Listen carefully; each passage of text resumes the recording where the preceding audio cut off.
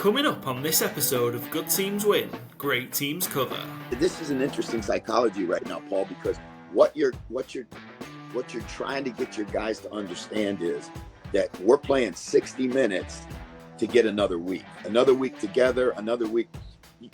I heard it said this way yesterday, and I think it's really true. You make your money in pro football during the season. You make your name in the playoffs.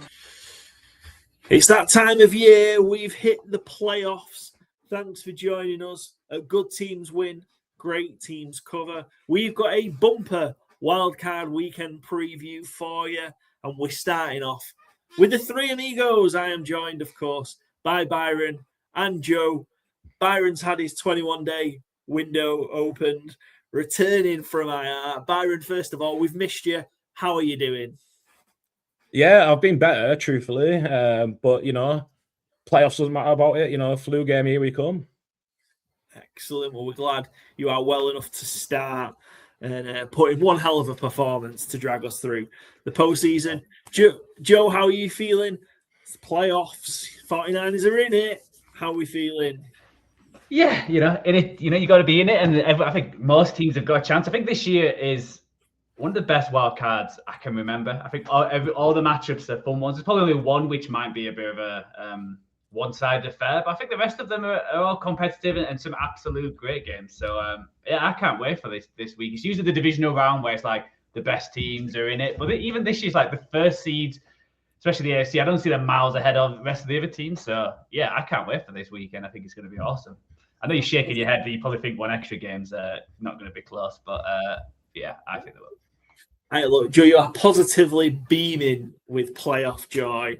I love it. Let's let the people know what we've got coming up in this bumper episode. We've not got just one, we've got two fantastic guests. One is a guest that we've been trying to get for such a long time, and we've got him. It is Sky Sports' own, Hawaii's own, Coach Jeff Reinebold, the man, the legend, sat down with us and talked about three of the games. We talked a little bit of college football, the Union Jack Classic coming, also about Hawaii's great season, and he gives us a bit of insight for what life has been like for a booming program over on the island. And then we've got Keg joining us, and I didn't think we were going to have Keg in a playoff episode anytime in the next, I don't know, few seasons, but the Panthers Magpie man joins us and talks about the Carolina Panthers' crazy run to get here and helps us preview the Panthers against the Rams. And we've got a bit of news to clear up. We covered most of the head coach firings in our Week 18 review show, but we've had two more since. Shall we start in Baltimore?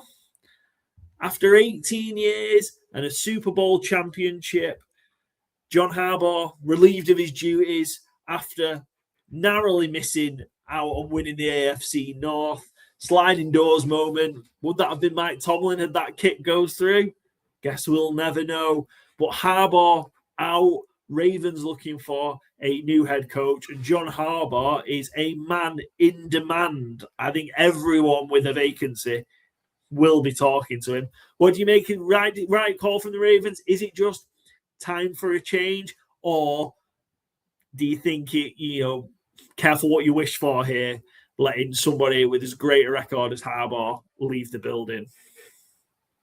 Yeah, I mean, you say everyone with a head coaching vacancy will be in touch. It seems like some teams don't have a vacancy getting in touch as well to see if that might be a vacancy soon. I think it's the right decision for Baltimore. I think there's been so many of these close defeats. And I think when you have like a kind of like CEO type head coach who's, he's not a master of the offense, he's not a schemer, he doesn't call defensive plays. I think you have to be responsible for every kind of pillar of your team, being really disciplined, hitting on all cylinders, not making silly mistakes. And the Ravens just, we've harped on about it a lot this season. They just throw away these games, whether through poor play calling, through poor execution, whatever it may be. Ultimately, it has to rest with the head coach. I don't think there's much of an issue offensively. Defensively, there has been issues throughout the year. Kyle Hamilton covers up an awful lot of them. But I think ultimately, I think it's the right time. Maybe it will be a case of be careful what you wish for, but I don't think it's going to be a case of because they've got rid of John Harbaugh, it'd be a case of because they get someone in who doesn't do the job well. I think the nucleus is there to be successful. So as long as they hit on the next head coach hire, I think John Harbaugh will be remembered very fondly in Baltimore, but I think it's ultimately the right decision to, separate now. Excellent. Be interesting to kind of see. We're hearing again, lots of names in the frame, but it feels like Brian Flores is one that's been linked to the Ravens a lot as well. Joe, what do you make of the Ravens moving on from John Harbaugh? Yeah, like what Byron said, I think there's been reports that he lost the locker room, especially Lamar, and then he's come out saying, no, that's not the case whatsoever, but that might just be trying to put a spin on it that everything was fine. But yeah, you even look at the Steelers game, Lamar had 3 huge passes and got that team in position, but it feels like the Baltimore as a whole the last few years just can't hold on, just can't win these big games. So eventually the head coach, I think it's good for both teams. I mean, it's like both can be right that he was a great head coach and he is a good head coach, and who knows what'll happen in the next stop. But also I think it was the right time for Baltimore to move on. They're kind of organization who wants probably someone for another 10, 15 years, not one of these short hires and just gamble. So I'm curious how they're going to go around that. Are they going to try an experienced guy or someone like Jesse Minter Chargers, who's got a lot of connections with a lot of people within that building, where you're like, okay, this is a young coach. He's going to be here for 10 to 15 years and we'll just build around him with offensive coordinator. So I think it's really interesting. He's probably the best job on the market. I think that's what certainly makes it interesting. And yeah, with Harbaugh as well, going to him, it feels like he's got a pick. He can choose whichever team. And he has said he's not going to interview this week. And I think that's more let's see who gets knocked out and maybe fire the coaches after wild card as well to see if there's any openings there, because there's whispers about Matt LaFleur. There's whispers about he'll probably obviously not go to the Steelers, and there's whispers about a few other teams where there could be a better head coaching positions than what's out there now. So it's certainly an interesting one. Yeah, I loved Jim Harbaugh's quote. Obviously, he went to bat for his brother. Of course, he would. John's the best coach I know, the best coach I've ever seen. I might be a little bit biased. He'll be attacking with an enthusiasm unknown to mankind the next opportunity. I love that quote. It's great.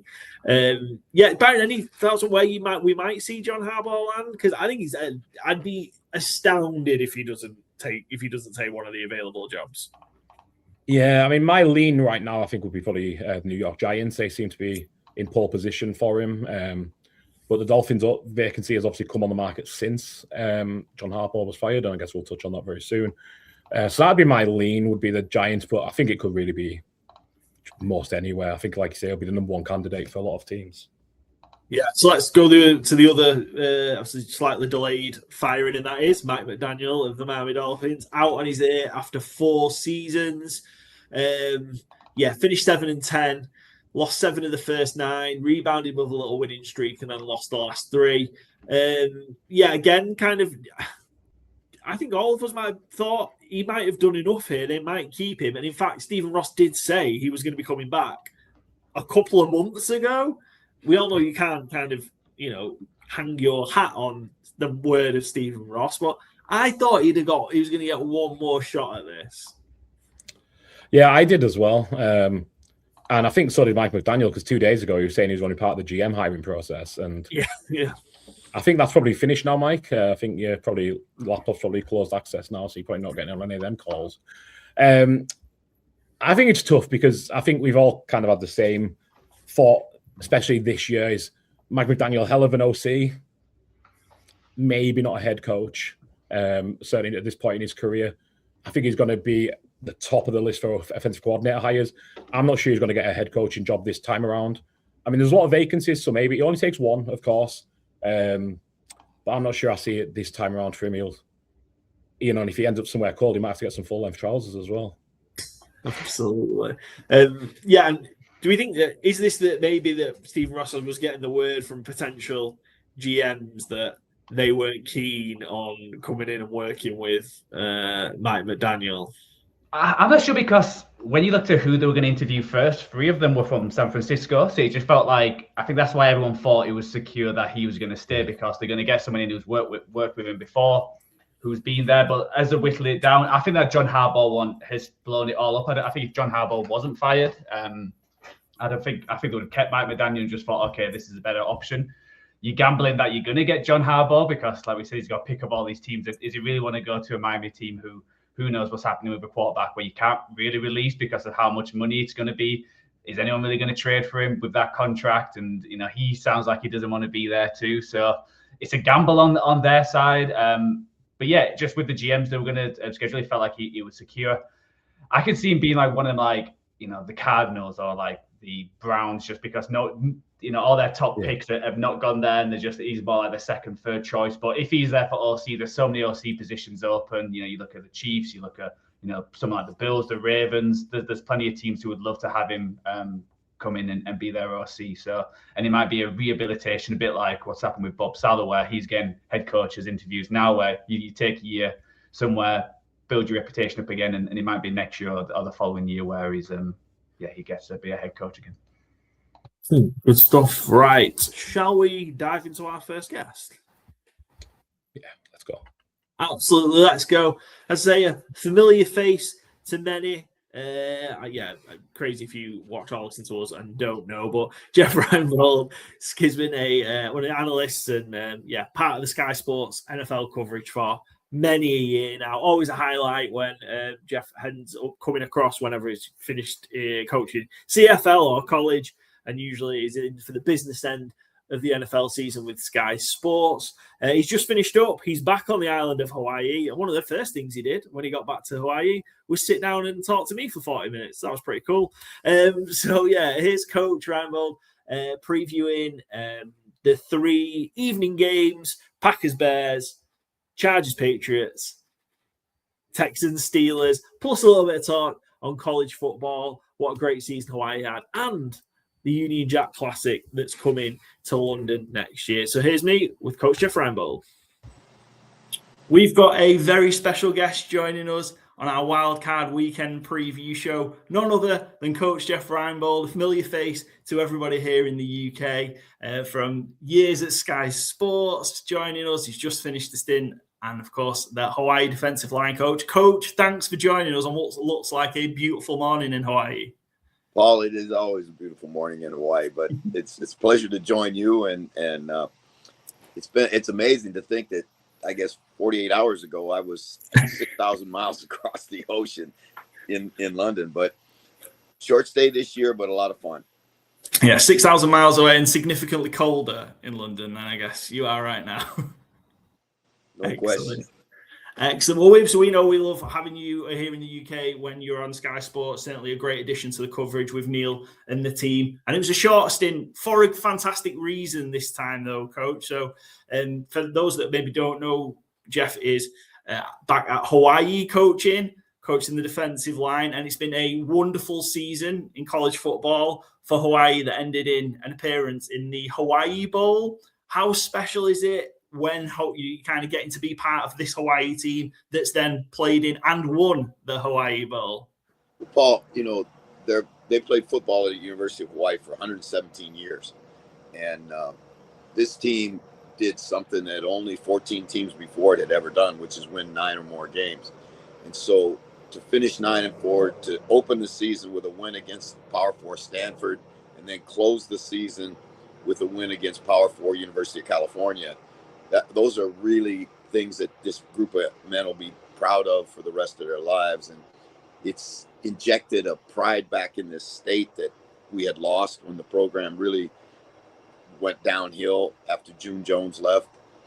And to be a part of bringing it back was really, really a special moment. Yeah, and it's been kind of the last two years you've been back at Hawaii coaching. How much fun has it just been to be back on the island coaching the program? Well, this is my home, and my wife and I live here on the Big Island. To the University of Hawaii, there are 8 islands in the Hawaii chain, and there's only one university, and we're the only show in town. There's no pro sports here, so all the focus, all the attention, all the pride of the state is wrapped up in our football team. This is a football state. If you notice, in the NFL, number of Hawaii guys, kids with either played high school football here or played at the university or playing in the NFL.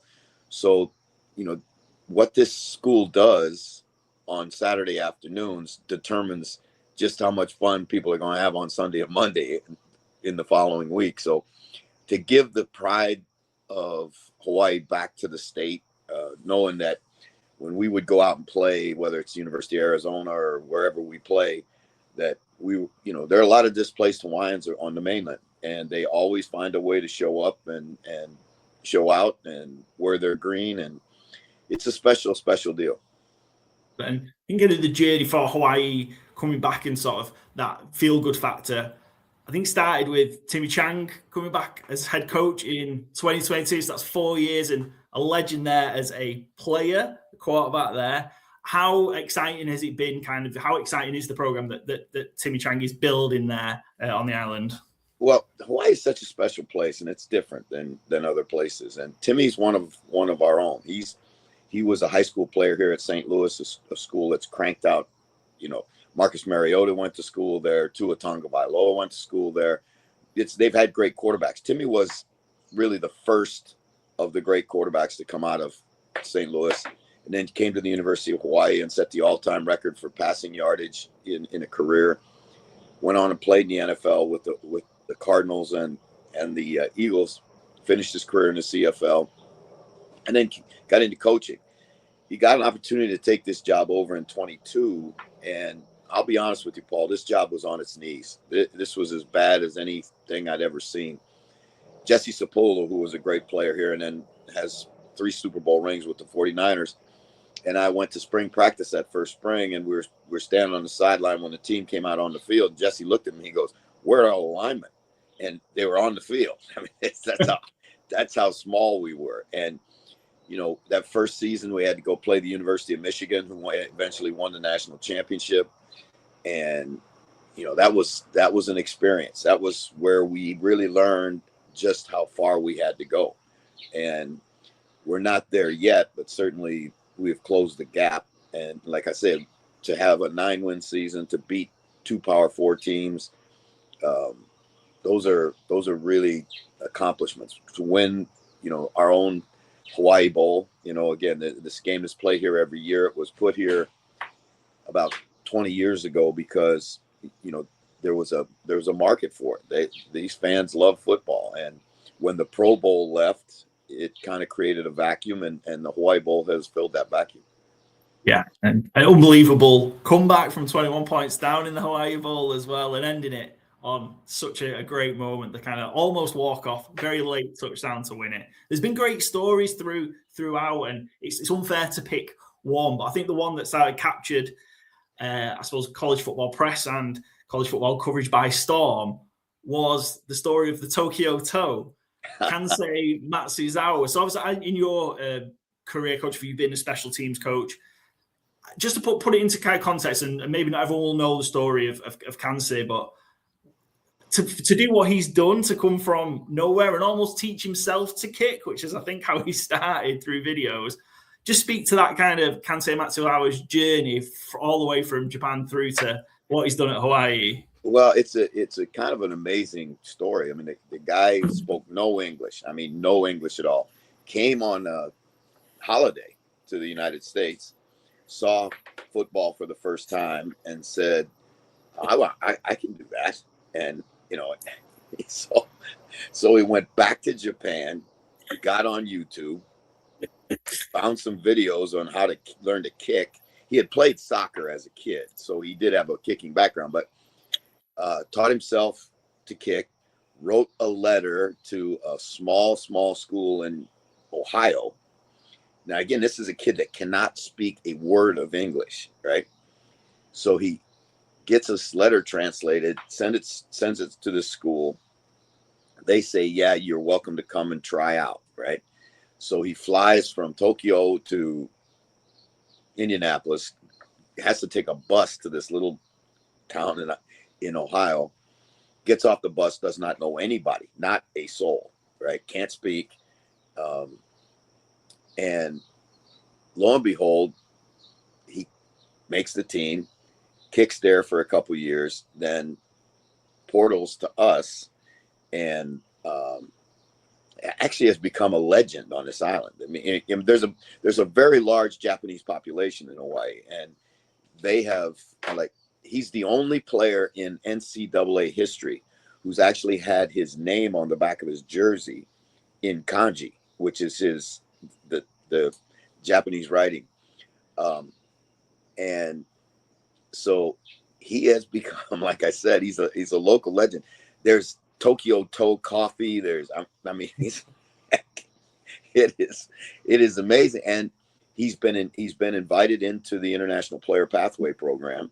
So somebody will have him in training camp and with them next year. And so it's an amazing story. A guy that, 5 years ago not only couldn't speak English, had never kicked, and now he'll be on an NFL roster next year. It's incredible. We've seen some great stories come through the International Pathway Player Program. Charlie Smith being the most recent one, of course. Knowing kind of, again, the character of Kansas, I've been around him obviously this year when he's being turns this cult hero almost. What is an NFL team going to get from Kansas? Well, first of all, they're going to get a great kid. He's a fabulous kid. It was really senior night when we played Wyoming last game of the year. Kansei's parents came from Tokyo, and you could really, when you got a chance to be around them, you could really understand why he's the way he is. I mean, they're fabulous people. He's an extremely hard worker. He's a self-starter. He's tough mentally. He's talented. I don't know, again, the question will be not accuracy, because certainly he hit 22 of 24 field goal attempts this year, which is phenomenal. That's a phenomenal number. It won't be accuracy. If anything, it'll be leg strength, because what he has not done yet is some of the things that, like, you mentioned Charlie, when you met Charlie and you saw Charlie, the ball jumped off his foot. I mean, it sounded different when his foot struck the ball. Kansei's more of what I would describe as there's in pitchers in baseball, there's throwers and there's pitchers. Throwers are guys that have the big arm and just try and throw the ball past you. Pitchers are the guys that try and trick you and hit the corners and do that. Kansei's that. He's more of a finesse guy. And, but if he can continue to develop, because he's big enough, he's just got to get stronger. If he can continue to develop and improve his leg swing, his swing speed and his leg, I think he's got a chance to play, because bottom line is you can hit all the 63-yarders you want, but if you're missing one from 35 and one from 47, I mean, you think about how different John Harbaugh's life would be today had his kicker hit that last field goal against Pittsburgh. I mean, we'd be talking about them in the playoffs. We'd probably be talking about Mike Tomlin going somewhere else next year. I mean, it's just that's the razor's edge that you live on in the National Football League.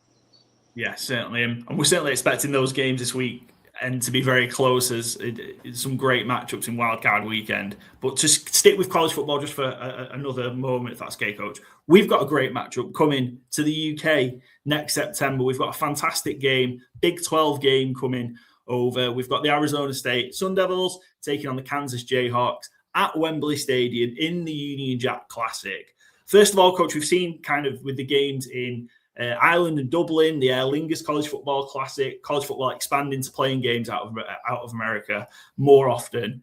How big is this for college football, playing a game at Wembley Stadium in London? Well, college football actually has a history of playing games internationally. The University of Hawaii and Cal have played in what was called the Australia Bowl, where the two teams went to Australia and played. I played in the Mirage Bowl, which was a game played in Tokyo, Japan. It's one of the things that's kind of historic. College football is different. It's the pageantry, the color of college football is really, really unique. The marching bands, all of it. And I hope that Kansas, and which, again, one of the things you learn about college football is that there's so many traditions that have gone on for hundreds of years. Like I said, we played 117 years here. We haven't only been a state since 1959, but we've got 117 years of college football. In Kansas, the fans all get up and they go like this, and it's like they call it the waving of the wheat in Kansas, because Kansas is a big wheat state.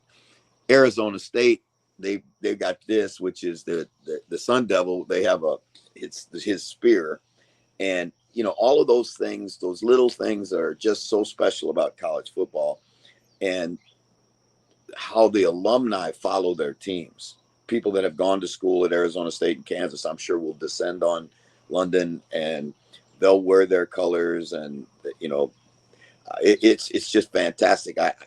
Like, for example, when we played the Hawai'i Bowl, Cal brings their band over, their fans are all there. It's a really, really unique experience. Nobody has ever graduated from the Chicago Bears. Nobody's ever graduated from the New England Patriots. But there's thousands and thousands of people that have graduated from Arizona State or graduated from Kansas. And whenever the football team is around, I'm sure I will bet you money that there will be thousands of people who are displaced KU grads and Arizona State grads living in Europe that will come to London, because this is their one chance to kind of reunite and touch back, with their college days. And I think that's a really, really special thing about college football. And you, more than certainly most, know how passionate the UK football fans are. How well do you think the UK fans will take to college football? Considering we've had the NFL regularly here for like 20 years now. I think what you're going to find out when you watch these two teams play. Lance Leipold, who's the head coach at Kansas, has done a phenomenal job there. He's gotten Kansas back to what Kansas was when John Riggins was playing there. Arizona State, Kenny Dillingham, the head coach there, has done the same thing. He's breathed life back into that program. That's a very proud program. There have been some great NFL players come out of Arizona State. The fans will see a faster game than the NFL game, a more wide open game than the NFL game. It's just a different kind of football.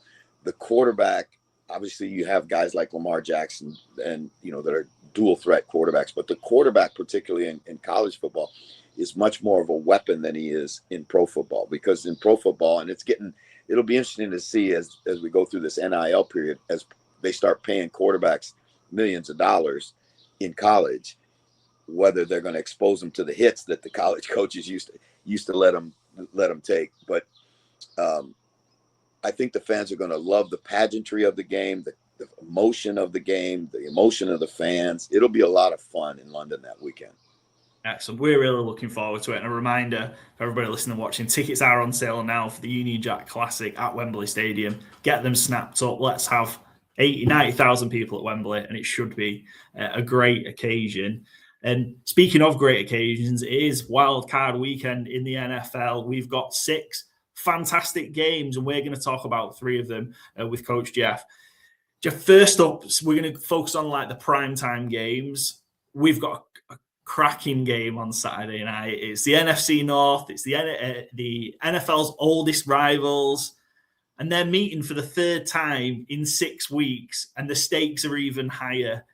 First up, how do you prepare, again, kind of from a coaching perspective, when you're coming up against a division foe for the 3rd time in such a short space of time? How does that affect kind of preparation? What things do you have to change? How's that going to be for Ben Johnson and Matt LaFleur this week? Well, I think that's one of the challenges of coaching in multiple games where you play the same opponent multiple times, and then to do it all within 6 weeks is even more important.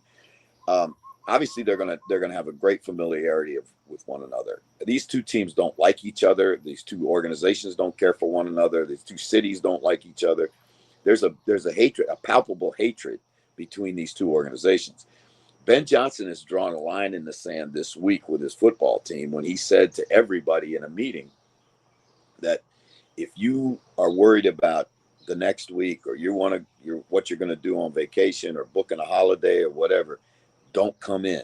That's what he told. Don't come in. So he's serious. I mean, he blasted his team after their poor showing in last week of the season, and I think he set the tempo for what he wants this game to be. The Bears should win this football game, but this is a game where you really yeah, you can say the Packers are all beat up. Yes. Malik Willis is out. Yes. Yada, yada, yada, yada. But this is the Bears and the Packers, and this is 60 minutes, right? And can you, if you're Green Bay, can you hold down what can be an explosive Bears offense without your best player on defense? That's the first question. And then for the Bears, it's, can our defense get enough stops and turn the ball over for us? Because that's when the Bears are really good. When the defense gets turnovers, and they are amongst the leaders in the league in turnover ratio. They protect the ball real well. I think Caleb Williams has really grown under Johnson, Ben Johnson. And so you look at the weapons with the Dunze and, Komet and Colson Loveland at tight end. That's a dynamic tight end room. And then, you've got the kid that they took out of Missouri. I just really felt like when we were doing the draft last year, when he was on the board and then the Bears picked him, I said, watch out, because that guy's a big player. And in Ben Johnson's system, he doesn't have to be a number one, but he's going to be a guy that's going to make plays, whether it's in the return game. Just somehow they'll get the ball in his hands and he'll make big plays. And I think that's really been the truth. I think the Packers have to just go into this game, try and control the football, make it a low-scoring game, and hang around long enough to win it in the fourth quarter. Yeah, and on that, the Packers have limped into the playoffs, might be the best description of it. Losing 4 straight. How do you, from ending a regular season like that, how do you get things going again for the playoffs when you've just been struggling so much in the last month? Paul, this is an interesting weekend. Wild card weekend, historically, right, has been a weekend where there are teams that there are mismatches, right? You say, well, this team's the 7 seed and they're playing the 2nd seed or whatever. But the reality of it is, if you're the 7th seed, you didn't win your division, right? So you're just happy to be in the playoffs, most teams, and you're really playing with house money, right? You go into it and say, hey, listen, nobody's giving us a chance. And I'm sure LaFleur's saying this to his team in Green Bay. Hey, we're going to go down to Chicago. Nobody thinks we can win there. Nobody's giving us a chance. Malik's out, Parsons is out, but you know what, fellas? We're going to go down into the belly of the beast, and we are going to walk out of that place with one more week we can play together, right? And that's what you really. This is an interesting psychology right now, Paul, because what you're trying to get your guys to understand is that we're playing 60 minutes to get another week, right? Another week together, another week. I heard it said this way yesterday, and I think it's really true. You make your money in pro football during the season. You make your name in the playoffs. Yeah, and I think that's what the Packers have got to look at it that way. One play for 6 seconds of that play to the next play to the next play. I like to do it. I like to make this analogy with our players. You're going to, on an average game, you're going to defend 12 possessions, right? So it's like the typical heavyweight fight's a 12-round fight. And when you look at it from that standpoint, that we're going to go out there, we got to win one round at a time, right? If I win the first round and we get to the second round, we got a chance. You can't. You're probably not going to knock them out. You're going to have to outlast them. Yeah, it should be a great one. And you mentioned there kind of the Bears earlier. Take the ball away the most in the NFL, and they give it away the least. And I think that's the key here. I think to kind of the Bears to stay in control and win it. It should be a great one. We've got 2 others that are cracking games as well. On to Sunday Night Football. We've got the Chargers traveling to New England to take on the Patriots. A lot of firsts in this one. Justin Herbert still looking for his first playoff win in the NFL. And Drake May, potential MVP, with Mike Vrabel, looking to take the first steps in another potential dynasty for New England. It's been an unbelievable turnaround with the Patriots. To speak to how good, and obviously, but how good a job has Vrabel done in turning that around in 1 year, given where it got to with Jared Mayo last season? Well, Jelani Tavai, who's one of his linebackers and a University of Hawaii kid, was working out in our facility during the off season. And I went over and I asked him, said, Jelani, what's it like? What's the difference between last year and this year? Now that Mike's in and they had gone through their first meetings and, OTAs and all that stuff. And he said he is all business. And I think that's really true. I mean, you look at them, this is a very disciplined, tough, hard-nosed. This is Mike Vrabel. This football team is Mike Vrabel. They're very resilient. You look at, they didn't play particularly well against the Dolphins last week, but they ended up knocking them out because, they just played tough enough. They outlasted their mistakes. That's the way they're going to have to play in the playoffs. Again, this is a team that nobody saw this coming. Nobody said, I could bet you that Vegas would have, I don't know what the odds were for them to win the Super Bowl, but they went 4 games last year and they went, go out and hang a season like they had. And granted, they didn't play a real tough schedule, but you have to play the people that the league says for you to play. On the other hand, you look at this Charger team. I was impressed with them when they went to Denver, and they're playing with all backups. And they made Denver work for every single thing they got. The question I have with the Chargers, are the Chargers dynamic enough? Now, they brought back Keenan Allen. That helps them. McConkey is a good player. McConkey's not a number 1, in my opinion, right? He's a very good player. Where are they going to make dynamic plays? Who's going to be that person that makes a dynamic play? And it's got to be Herbert because he's their best player. He's got to play well. Drake May could get away. The Patriots, I truly believe this. The Patriots could get away with Drake May completing 55% of his passes for 150 yards. And if they run the ball with Ramondre Stevenson and they play good defense like they've been, they'll be fine. For the Chargers to win this, I think their defense has got to play extremely well, and it should because they're rested. But I think offensively, this is where Herbert now has to take the game over. And how challenging is that? Because we've seen Herbert's been the most sacked quarterback in the NFL this season. He's dealing with that broken hand. He had a rest last week, but still feels like that's a factor.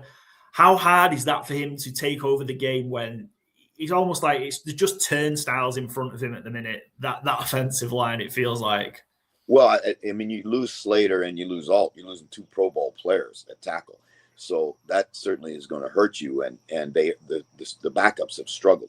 They're going to have to figure a way, right?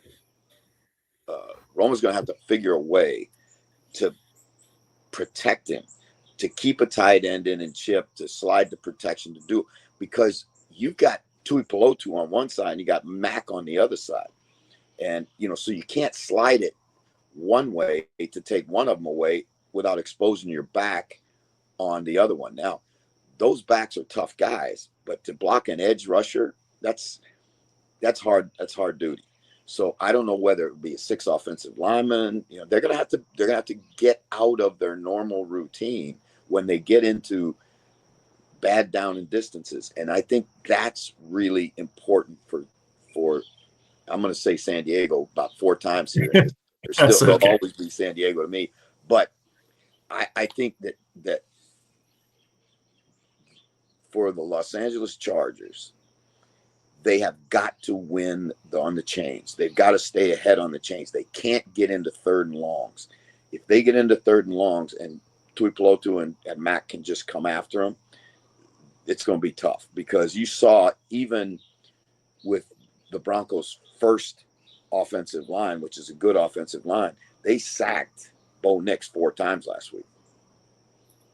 I think, again, this just feels very key about just being in control, down and distance, ensuring that. And it feels like one of the underrated, and we don't really talk about it with Justin Herbert as much as other quarterbacks, but he's mobile. He can move, and potentially that's something they might have to lean on a little bit in this game to kind of get Herbert moving, or he's going to have to find some rushing lanes to get out of trouble?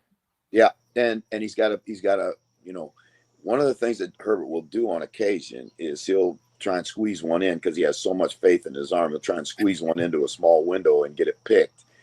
I don't think he can do that. I think he's got to be real judicious with the ball and get out and get as much as he can get down rather than trying to squeeze a ball into a tight window and get it intercepted. Yeah, this should be good. I think kind of feel this will be very like attritional. Two head coaches who similar values and similar styles in Jim Harbaugh and Mike Vrabel. So I think we might see this battle in the trenches go. It's going to be physical. This game will be physical. Excellent. And yeah, great one for Sunday Night Football. And then you already mentioned about kind of a bit of a sliding doors moment earlier on. We've got Mike Tomlin and the Pittsburgh Steelers on Monday night hosting the Houston Texans after sneaking in. And I suppose, yeah, you're right what you're saying. This could have been not John Harbaugh. He could have been preparing for a wild card game hosting the Texans. He's not. He's out of a job now, taking interviews potentially this week. Could we still see that happen with Mike Tomlin? Because the regular season success that they've had are still finding ways to get into the playoffs, the Steelers, but they've just not been able to get it done. They've not been able to pick up one win in the playoffs in almost a decade now. Do you think Tomlin might be in trouble if they fall again here to the Texans on Monday? Well, there's a couple of factors in that. Number one, the Steelers are not a team that typically fires coaches. I mean, what have they had? 3 in the last 30 years?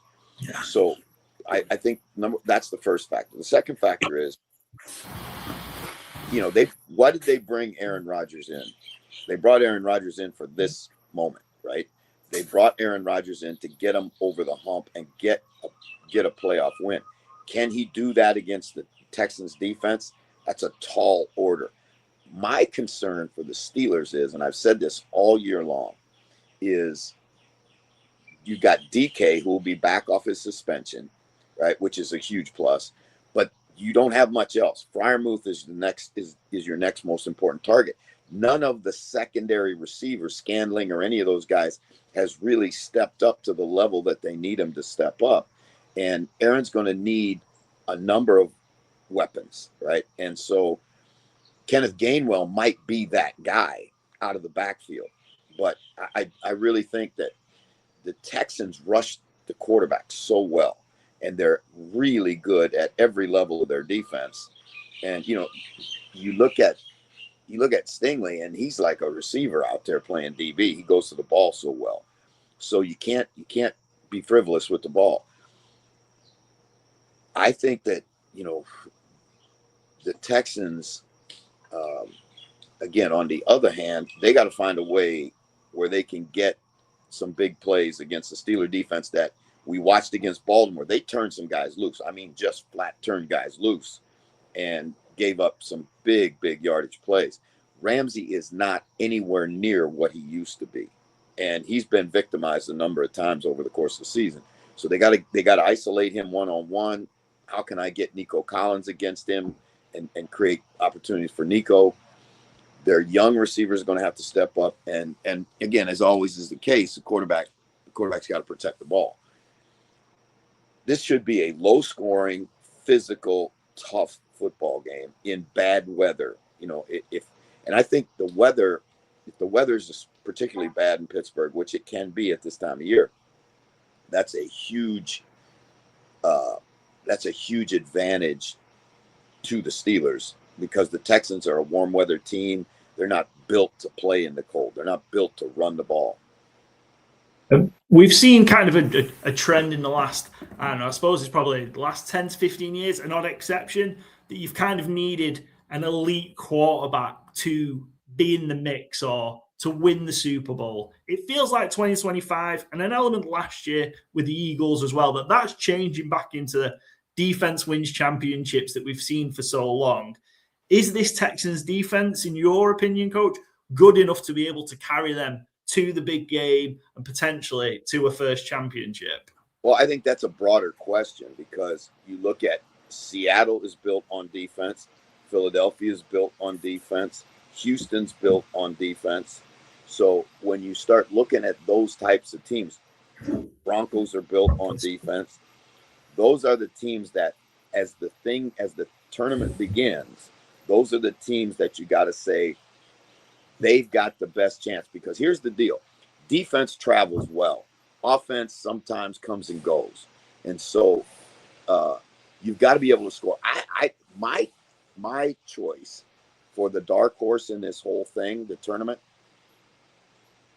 to win it, is the Rams. And I like the Rams because the Rams can score against anybody, and they've shown that they can rush the passer and stop the run. Now, that being said, they've also shown that they can lose to Carolina and they can lose to Atlanta, and but I do think that you still need those two factors. Those two factors are so critical: defense and elite quarterback play, right? And if you can't get elite quarterback play, he's got to be good enough that he doesn't screw it up for you. You can't turn the ball over in the playoffs. Yeah, I think that's key. It's kind of just not losing you the games. We've seen that. Sam Darnold last year was a great example of that, and others. But yeah, can't lose. Be the reason that you lose the game for sure. Here's the thing that I think is really fascinating about this tournament. Rodgers has won a Super Bowl, right? Stafford has won a Super Bowl. But you look at the vast majority of the quarterbacks that are playing in this tournament: Carolina, Chicago, right? Green Bay, Houston, Denver, Patriots, Seattle, all guys that have never been there, done that. And so for somebody, this is going to be the jump in terms of how they're evaluated, that everybody, it's the Dan Marino factor. You know what I'm saying? Dan Marino is one of the greatest quarterbacks to ever play the game, but he's not judged that way, right, by most people. Because why? Because he never won a Super Bowl. Jim Kelly, same thing. So somebody in this tournament, probably, odds are, is going to have, whether it's, who's it going to be? Is it going to be Sam Darnold? Is it going to be, Justin Herbert? Is it going to be, there's a whole flock of them in this tournament. Yeah, and it's so rare for us to see. I think the last kind of time we saw that, or somebody make that sort of run, was Joe Flacco, who had that unbelievable run on the road for the Ravens, and they won the 3 road games before winning the Harbaugh Bowl against the 49ers. We've not really seen anybody since, because he went back to Brady and then Mahomes and big names that have done it. It's going to be interesting to see if we can get a superstar out. The Rams as you pick, which is real interesting. The Rams who you think is kind of the ones to win it all. Who do you think they're going to go up against? Well, I don't know. Early in the year, before I said all the way back in preseason, I picked the Broncos to be the AFC champions, and everybody laughed. And I did it because of the defense, and I thought that Bo Nix would have a jump in his second year under Sean Payton, which he did. The only concern I have with the Broncos is they're so spotty on offense, and they've won a lot of football games, but they've kind of played just good enough to win. I don't know, they had 11 one-score games or something like that, which that's a plus because you're tough and resilient. But on the other hand, how long can you keep playing that way, right? I think they're a very, very, very good football team. And then you look at the AFC and you say, New England, well, wow, would that be a story? Going from 4 wins to winning the Super Bowl. There's just a lot of football teams right now in this thing that are great stories and great storylines, but are they good enough to win the big one? That's going to be the question. That makes it the best for us, watching and covering the games, and covering the playoffs, kind of having that, we've not got that overarching, we know the Chiefs are going to get there, or previous, dynasties, we know the Patriots are going to get there. All that's out the window this time. Everything's in front of these teams, and it's going to make it real, real exciting. And we start this week with our wildcard weekend. Coach, we thank you so much for joining us and talking us through those 3 primetime games. We know, I think we're going to have you back on our TV screens and radio for the Super Bowl, that you'll be out in Santa Clara, San Francisco, covering the game for some of the UK channels? I'll be out in Santa Clara. I believe I go in on Thursday, and then we'll be there till the day after the game, and we're going to do the game. And I'm not sure exactly what. I can't release exactly for whom right now, but that is going to come in the next couple of weeks, and I think it's really a tremendous opportunity to spread our love of the game and broadcast it. I enjoyed doing it on radio. I think we're going to have an opportunity to do that again. And so who knows? We're going to be multimedia at the Super Bowl. So I know Will Gavin, especially on TalkSport, a hell of a commentator. Really good play-by-play guy. Really one of the best play-by-play guys I've been around. Yeah, we've seen and heard, his stuff, and again, bringing it to different forms of media as well. We appreciate you joining us. When we first started this show 3 years ago, one of our aims was to get Jeff Reinebold on the show. We can take that off. We appreciate you joining us, and thanks for giving us some fantastic insight into college football and the wildcard weekend. You've got a lot coming up. You do a lot of your own shows. I know you've got the Jeff Reinebold show that's part of the Pro Football Island podcast network. What have you got coming up with Michael over the next few weeks? Well, hopefully I'll be back on with you one or two more times during the playoffs, because I really enjoy it, Paul. You're such a passionate fan and had great knowledge to share with the people.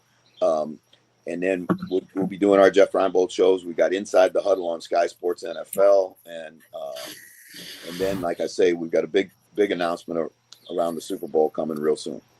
Excellent. We'll absolutely be following for you, and we will definitely take you up on coming back on the show, because we absolutely loved having you on, and it will make no doubt for our best episode. So thanks for joining us, Coach. Enjoy the rest of a beautiful day in Hawaii, and we'll catch up during the rest of the postseason. All right, man. Aloha. Thank you. Thanks to Coach Reinebold there. Make sure you are following Coach Reinebold on X. The Jeff Reinebold Show is part of the Pro Football Island podcast network, and catch everything that they're doing. That Coach is going to be doing, especially for the Super Bowl, for as yet to be determined TV network / radio channel, whoever that ends up being. So we'll wait to find out. But we're going to touch on the games we've just talked about with Coach, just to share our best bets. It's Packers-Bears first. That's Saturday night, as we talked about. The oldest rivals meet again with it all on the line. Third time in 6 weeks, which we just talked about with Coach. Byron, you're kind of in and around the Chicago area. The vibes must be pretty good for the Chicago Bears. I know a bit of a damp squib to finish against the Lions last week, but they've got the Packers coming to town in a playoff game. Only the second time they're meeting in the playoffs in the Super Bowl era.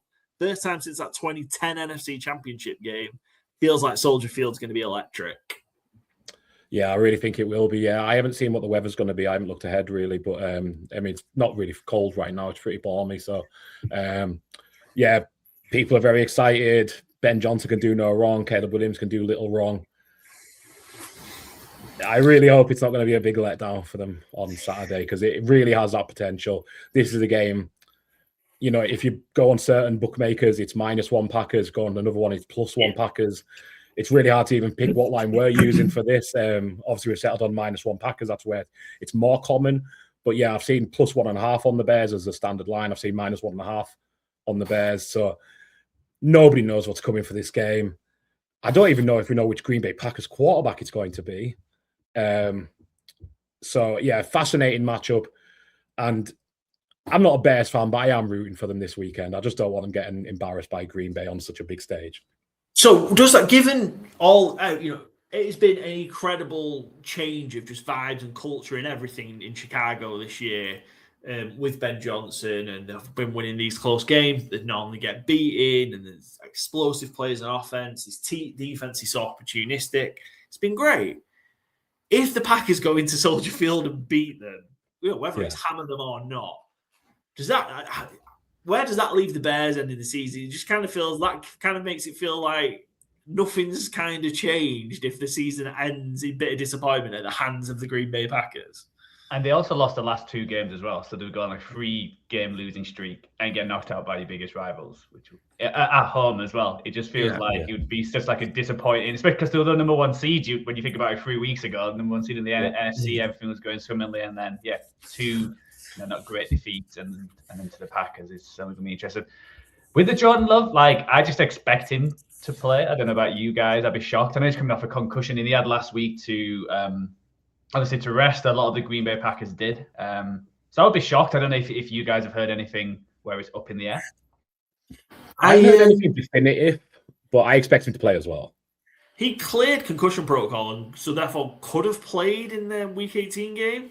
So I can't see how another week he wouldn't, or another 6 days he wouldn't. Yeah.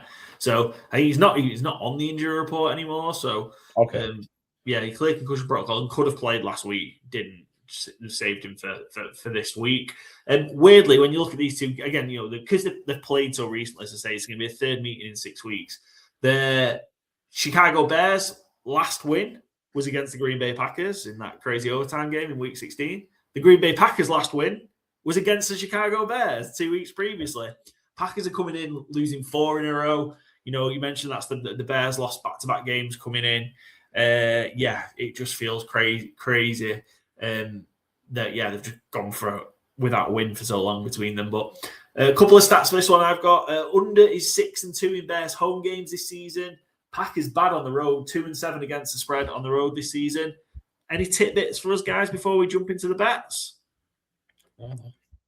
Here's with the bets. I'm going to go with the under. I think it's just going to be tight. I think it's probably the Green Bay's best chance to win. I think the Bears could blow them out. I know that line's flipped and flopped all week. This might be one of them. It doesn't make sense. I don't get why the Bears are underdogs here. Packers are so banged up. They've lost 4 in a row. I know the momentum's gone a bit out of the Bears, but maybe that should make me lean the Packers because it doesn't make sense why they're favourites, even at such a low number. But I'm going to take the under 45.5. I think, it's the Packers' best way of doing it. I think the Packers try and take time out of the game, try and run the ball a lot. I think the Bears might lean on that as well. And you've got the explosive plays, but when they've played well and when they've had their best periods on offense, it's when they've ran the ball down teams' throats. So I think they lean on that. And under 45.5, I'm going to go for. But I still think it'll be a fantastic game, even if it is under 45.5. Byron, what you got for us? I've gone Rome Odunze anytime touchdown 2-1. Expected to play, obviously. It'd be a bit of a weird bet if he wasn't. I just think with the amount of pressure Jeff Hafley brings, it's going to leave one-on-one matchups downfield. And I think Caleb Williams is far from afraid to attack those. And I think when he does attack them, his number 1 target on those is going to be Rome Odunze. He's shown, especially early in the season, but all throughout really, a tendency to get in the end zone from deep. So, I think Odunze 2-1 anytime touchdown is my play. Excellent. And Joe? Yeah, I've got both QBs throwing 250 plus yards. I think it's going to be a low-scoring game as well. I just think there's going to be a lot of yards in play. We've seen the Bears plenty of times give up yards, especially to the 49ers. And also I think to the Packers as well. And this Bears seen that defense 3 times, like I said, in 6 weeks. You would hope Ben Johnson has got a slightly different plan because they pressured Caleb Williams. They rushed him quite a lot the last 2 games, and you would hope that Ben Johnson's got a plan this time for Caleb Williams to have better throws. But I think it's going to be a tight game because when you think about the last 2 games, one was won by Caleb for an interception right at the end, and then the second one was crazy play at the end with onside kicks and the crazy throw by Caleb Williams. So I think it's going to come down to whoever has the ball last and do they get a touchdown or not. And I think that's going to be close. But I think both these QBs are going to go off course. I think John Love can pick this defense apart. And we talked about Caleb. I think that you're right. That kind, especially that area over the middle, I think against the Bears is where you can really hurt them. And weirdly, even though we talk about you never know which Packers receiver it's going to be. They've got those receivers that can do that work over the middle. Your Wicks, your Reeds, etc. Your Dobbs, who love that kind of intermediate over the middle territory. So 7-1. I like that, Joe. I think it's really good odds. Just short 7-1. It's a fantastic bet. Excellent. Right, that's the first of the games we've already covered with Coach. Let's go to the next one. Sunday night, it's the Chargers, Patriots. What are we making this one? It's Chargers, Patriots. Herbert's still looking for a first win in the playoffs. first playoff expedition for Drake May, possible MVP, and Vrabel together. Yeah, how do we think these two match up? I think this is a really, really good matchup. I think they're pretty similar in terms of how they're both built. I think the biggest kind of turning point of the game is, can the Chargers or line stand up? If Herbert can get any time at all back there, I really, really like the Chargers at plus 3.5. If not, then I think Drake May and the Patriots are well in there to take advantage of any opportunities the Chargers give them. Again, this is one I struggle to have a lean on. I picked the Chargers ATS because I think plus 3.5 is just enough to make that appealing. But yeah, this is one I'm not really expecting a blowout. I think it's going to be a real tight game. Two really, really good quarterbacks on the season. Excellent. Joe, you've had experience, of course, of Jim Harbaugh in the playoffs after he led your 49ers to a Super Bowl. What are you expecting to see? Yeah, I think it's going to be tight. I think the issue the Chargers are going to have it is if the Patriots just get out big, and I think that could happen. I think it's huge. I think Herbert's going to get pressure no matter what. We've seen with this this offensive line that they can't hold up. Obviously, I think one of the left tackles who has made this offensive line average might be back from injury, but they're not quite sure. But we've seen it before, and if the Patriots can hit big, the Chargers side of that defense is good. I know they gave the 2 big plays up against Texans, but that was like the first 2 over 20 yards throughout the season, or very low anyway. So it's all about controlling the New England offense because they can hit big plays, especially the run game. Stevenson, the last few games, has probably looked the best he's ever had. And Henderson can always pop off a big run as well. So they need to keep it tight. I think it's going to be a low-scoring game. I can't see the Chargers, even though this Patriots defense is not great, it is slowly getting better throughout the year.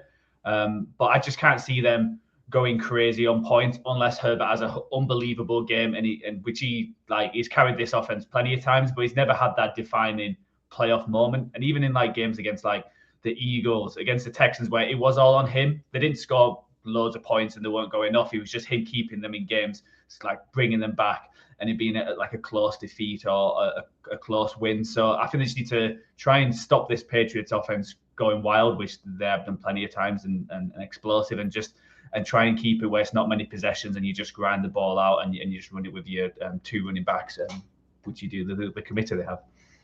Excellent. Patriots are 3-0 in playoff games versus the Chargers. This is the fourth time they're going to be meeting. Patriots home games have been basis for points. 6-2 the over in the 8 Patriots home games this season. Do you want to flip to the bets, Joe? I'm going to make it, hope it's 6-3 to the over, because I'm going to go the under 46. I think, again, I just don't think a Jim Harbaugh versus Mike Vrabel playoff game is going to get out of hand on the scoreboard. I think it is just going to be these two teams trying not to beat themselves. I think it's going to come down to one mistake from May or Herbert, and that's going to be the deciding factor in this one, I think. I'm going to go under 46. I am worried about Justin Herbert in terms of him not being protected. 30 NFL teams will be able to get a ton of pressure on Justin Herbert, and then there's, of course, the Dallas Cowboys. But, I think he might be harassed, a lot. I think there's going to be a lot of him having to just do it on the fly, using his legs a lot. And of course, he's still got that broken hand, which I know he's had the week off, and the surgery was a few weeks ago now, but it can't be anywhere near 100%. So, yeah, I'm a bit worried for him, but I've picked an ATS, but I think that's just because it's the hook. But I'm going to go under 46, and it's going to be very, very low scoring. Byron? I've gone Quentin Johnson to have the most receiving yards in the game. I was stunned. I had a quick look on weeks 13 to 17, so that's since their bye, and not including last week when Trey Lance was quarterbacking.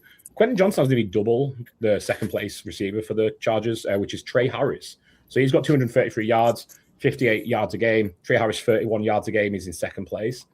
He has got the target share leader for the Chargers in that period as well. He's the only one who's getting over 2 yards per route run in that time. I think in this kind of game where Herbert might be on the run and it's 1 or 2 deep shots, Quentin Johnson's going to be a man there. He's the 4th favorite in this market, and I think at 7-1, I just think it's a really smart price. Good value, yeah, that's great value, and very well thought out and well explained bet, Byron. Excellent. Not normally, but that particularly wants to chat. Joe? Yeah, moving on to mine, which is probably not so much. I've got Hunter Henry, 50-plus receiving yards at 3-2. It feels like he's the blanket for Drake May, and being his first playoff game. I think he's going to target his tight end a lot. Like I mentioned, the Chargers don't give up big plays and explosive plays. So I think Hunter Henry's going to get a lot. The ball is normally around the 50 mark, either just below or just above. So it's I think it'll be a close one, but I can see him getting 50 yards and maybe a touchdown too if you want to just get them odds a little bit higher. But I'm just going with the yards in this one. And what kind of game is it, Joe? For Hunter Henry? It's a revenge game. Goddamn right. Hunter Henry. But we've got through, I don't know, an hour and a bit of this podcast without mentioning a revenge game. It's possibly the longest streak. We'll just pull that back to 0 now. Monday Night Football. Can I just say as well, I know Monday Night Football as a program, as an institution, incredible. We don't need it on come playoff. We don't need it on wildcard weekend. We don't. Just 3 games Saturday, 3 games Sunday. That's okay. Anyway, Monday Night Football is Texans and Steelers. Texans are 3-point favorites. Over under 39.5. We just talked with Coach Reinebold about, is Mike Tomlin still not safe if he loses or gets blown out of here? But the Steelers is a home underdog against the Texans. Obviously, they did it again last week. Won a game when they weren't the fit, where they underdog at home. Snuck in the back door from a playoff perspective. Well, they've won the division, but I still felt they snuck in the back door of the playoffs and face this ferocious Texans defense. DK is back. Might give them a bit of an outlet. How do you think this is going to go here, Texans Steelers? Well, I know especially yourself, Paul, talk a lot about Mike Tomlin as a home underdog. The Steelers as a home underdog in the playoffs, 0-3, ever. Never won a game as a home underdog in the playoffs. And the last time they won at home in the playoffs, on the same weekend, Brock Osweiler beat Connor Cook in the playoffs. So it's been a little while. Who did Connor Cook start for in the playoffs? The Oakland Raiders after Derek Carr broke his leg in the 2015 season. Or was it 2016 season, 2015? 2016 season, yeah. Derek Carr's almost MVP season, people like to talk about. He was great. And yeah, Connor Cook had to fill in and he didn't do great. 18 of 45, 161 yards, a TD and 3 interceptions. I mean, if you know you've done badly if you're being outbattled by Brock Osweiler. And yeah, the Steelers beat the Dolphins that weekend, and Matt Moore was the quarterback for the Miami Dolphins, which again, kind of telling us how long ago this was. However, getting to Monday night, DK Metcalf is going to be a huge addition. We've seen that offense without him. But I just don't think they have enough juice on offense to battle against his Texans defense. I don't think the Steelers defense is good enough to stop the Texans offense. It might slow them down. Stroud might have a few plays that he wants to take back, maybe if TJ Watt gets pressure on him. But I just think their O-line has kind of got to the point of being okay throughout the season. And as good as Rodgers has played the last few weeks, and I'll hold my hand up and say he has been really good the last few weeks, I just think the Texans defense, they're too good. Rodgers is going to be getting that ball so quick that I don't think they're going to be able to get anything downfield. And he does not want to be taking sacks. It's been very clear all season. He's done a really good job of avoiding them. That ball comes out so quick. I think if there's any chance to do anything, one of my favorite players of the year is going to have a huge one. Kenny Gainwell. He's going to have to be yakking it up all game. And I'm not sure how realistic that is against a defense like the Houston Texans, who I think are the best defense in the league. So I think the Texans win it. They're -3 on the road, but I think they cover as well. Yeah, I just think it's one step too many for Pittsburgh, as it often is this time of year. Yeah, I think that's my worry, that it's going to look a lot like the offense is going to look like it did against the Browns a couple of weeks ago. Yeah, where just that ball coming out almost instantly, and I think that's the struggle. Since I think for me, the Steelers have got any chance, TJ Watt, Alex Highsmith, and Cam Hayward are just going to have to take over the game, as in just completely take over the game, and I just don't know whether they can. Joe? I was going to say maybe play Herbig a little bit more than 13 snaps when it's a big game, because I just can't believe it. He's just such a good player and they're just not playing him. Everything just feels like the Texans should win this easily, But I think it's just going to be one of them horrible games.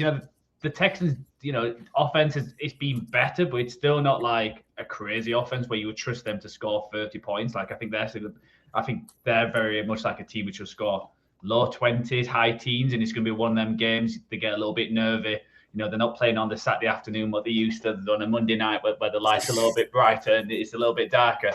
So you worry about that. Obviously, how the Steelers played the Ravens, it felt like they were a bit aggressive on offense, especially like Ramsey, and they're able to get in behind. And when you've got players like Nico Collins on the offense for the Texans, they can make you pay. So I wonder if they're going to try and make it a different kind of defense against this team. And I want the Texans defense as well. I agree with Byron. I think they're the best defense. Well, I think maybe the Seahawks now. That the last few weeks they've not been them special selves. Even against the Colts, I know the second half they played a lot of backups, but even like the few weeks before they played the Raiders close, the Chargers close, even after getting up big, and Arizona, they let them score 20 points on them. So I want them also to like show who they are, to like step up, big game Monday night, and just put the fear in the rest of the division. Because I think it was that Chiefs game 5 games ago where everyone stood up was like, okay, this is the real deal defense. But the last few weeks, it just hasn't been that. They've been good, but not amazing as there's been. And I feel like they need to be amazing throughout this playoffs with that offense where it can be hot and cold, where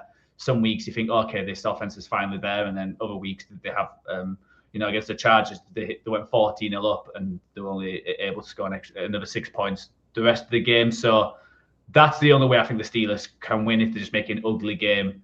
Both teams score no more than 20, and there's just some crazy things happen where the Steelers get the ball to kick the field goal and squeeze a win for Mike Tomlin and keep his job. But I think if they get blown out of this one, I think that's where Tomlin will be in danger if they get blown out again in the wild card. But I don't know if I can see the Texans doing that on offense. They would have to score a few turnovers and that kind of stuff to do that. Something needs to change in the first quarter and first half of these games for the Steelers. So obviously we've talked about, it's 8 years since they won a playoff game. I think it's 5 in a row wild card games they've lost. Just looking at the last 4, because that's as quick as I could get up. So going back to 2020, this is their last 4 wild card rounds. First quarter, they were 28-0 down to the Cleveland Browns. Lost 48-37, 21-7 down to the Chiefs at halftime, 21-7 down to the Bills at halftime, 21-0 down to the Ravens at halftime. They just get blown out in the first half, first quarter of these games. Yeah, and they're not built to come back. I was going to say, and against his team as well, if he was against like the 49ers, then you'd be like, okay, yeah, they've got a chance. But against the Texans, where they've probably got the best 2 duo edge rushers there is, and if it's all down to, okay, Rodgers just has to throw and not just do the dink and dunks because they're down big to start with, then I don't think there's no way back. Excellent. Right, let's do our bets for Monday Night Football. I've gone Texans -3, and there's 2 stats that go completely against this, which we'll have to talk about. Texans 0-6 all time on the road in the playoffs. Not won a road playoff game in their 24 years in existence. Also, did you know this is the first time the Texans have been in the playoffs as a wild card? When they've been in, all the other times they've been in as AFC South winners. A little stat for you there. 0-6 on the road all time in the playoffs. Not won a road playoff game. Monday Night Football in Pittsburgh has been great to the Pittsburgh Steelers. They're on a streak of 23 straight home Monday Night Football wins. Goes all the way back to 1991. There is a loss on a Monday at home in there. That was a rearranged COVID game that had to get delayed. But that wasn't ESPN Monday Night Football or ABC Monday Night Football. On Monday Night Football, they have won 23 straight at home. That's a phenomenal stat. It ends here. I think when it was 3 and a hook and when it was 3.5, I loved the Pittsburgh Steelers, but I'm going to take the Texans. I just think I just think the Steelers are going to struggle again in the playoffs, and I think the Texans have got enough to sneak out a win. I don't think they're going to blow them out. I think it's going to be a close game, but the Texans probably push this. Is probably where it's going to end up. Joe. No, Byron. Forgot the order. Yeah, I've gone for a Jalen Noel touchdown anytime. Plays basically entirely out of the slot, about 70%. The Steelers have got the fourth best, or fourth best if you're the slot receiver, fourth worst if you're the Steelers defense. Points allowed to slot receivers in fantasy over the season. And I think Noel's been getting better as the season goes along. I think Christian Kirk at this point is probably a roster clogger and his kind of progress stopping Jalen Noel. I think he's not really getting often above 25% snap share, which is an issue, but 9-1 only needs a play or two. He also has that deep threat ability, as we've seen, but I think he'll play largely out the slot, and I just think at 9-1 for a player who's going to be in the slot the entire time where the Steelers struggle to cover, I just think it's a really good price. And excellent. Now it's Joe. Yeah, I'm going sack. So I've got Steelers over 2.5 sacks and the Texans over 3.5 sacks. When you combine the two, it gets you to 11-4. Yeah, I feel like the strength is probably their defensive line. Obviously, Steelers has not been as good in previous years, but they've got the big time players who step up, like the TJ Watt, Alex Highsmiths, to get them sacks. And I think the Texans' O-line is good, but not great. And it's the same with the Steelers. So I think there could be plenty of sacks. So yeah, both teams hitting their over and combining gets you to 11-4. Excellent. Good stuff. Right, let's get into the games we haven't touched on at all. Let's go into Sunday, early game, possibly the game of the week. Like, sneak in, it's going to be the game of the week, and it's the one we're almost possibly looking forward to. It also has the one with the highest total. Coincidence there. It's the Buffalo Bills as 1-point favorites on the road to the Jacksonville Jaguars. Why did I say Jaguars? The Jacksonville Jaguars. Over-under is 52.5.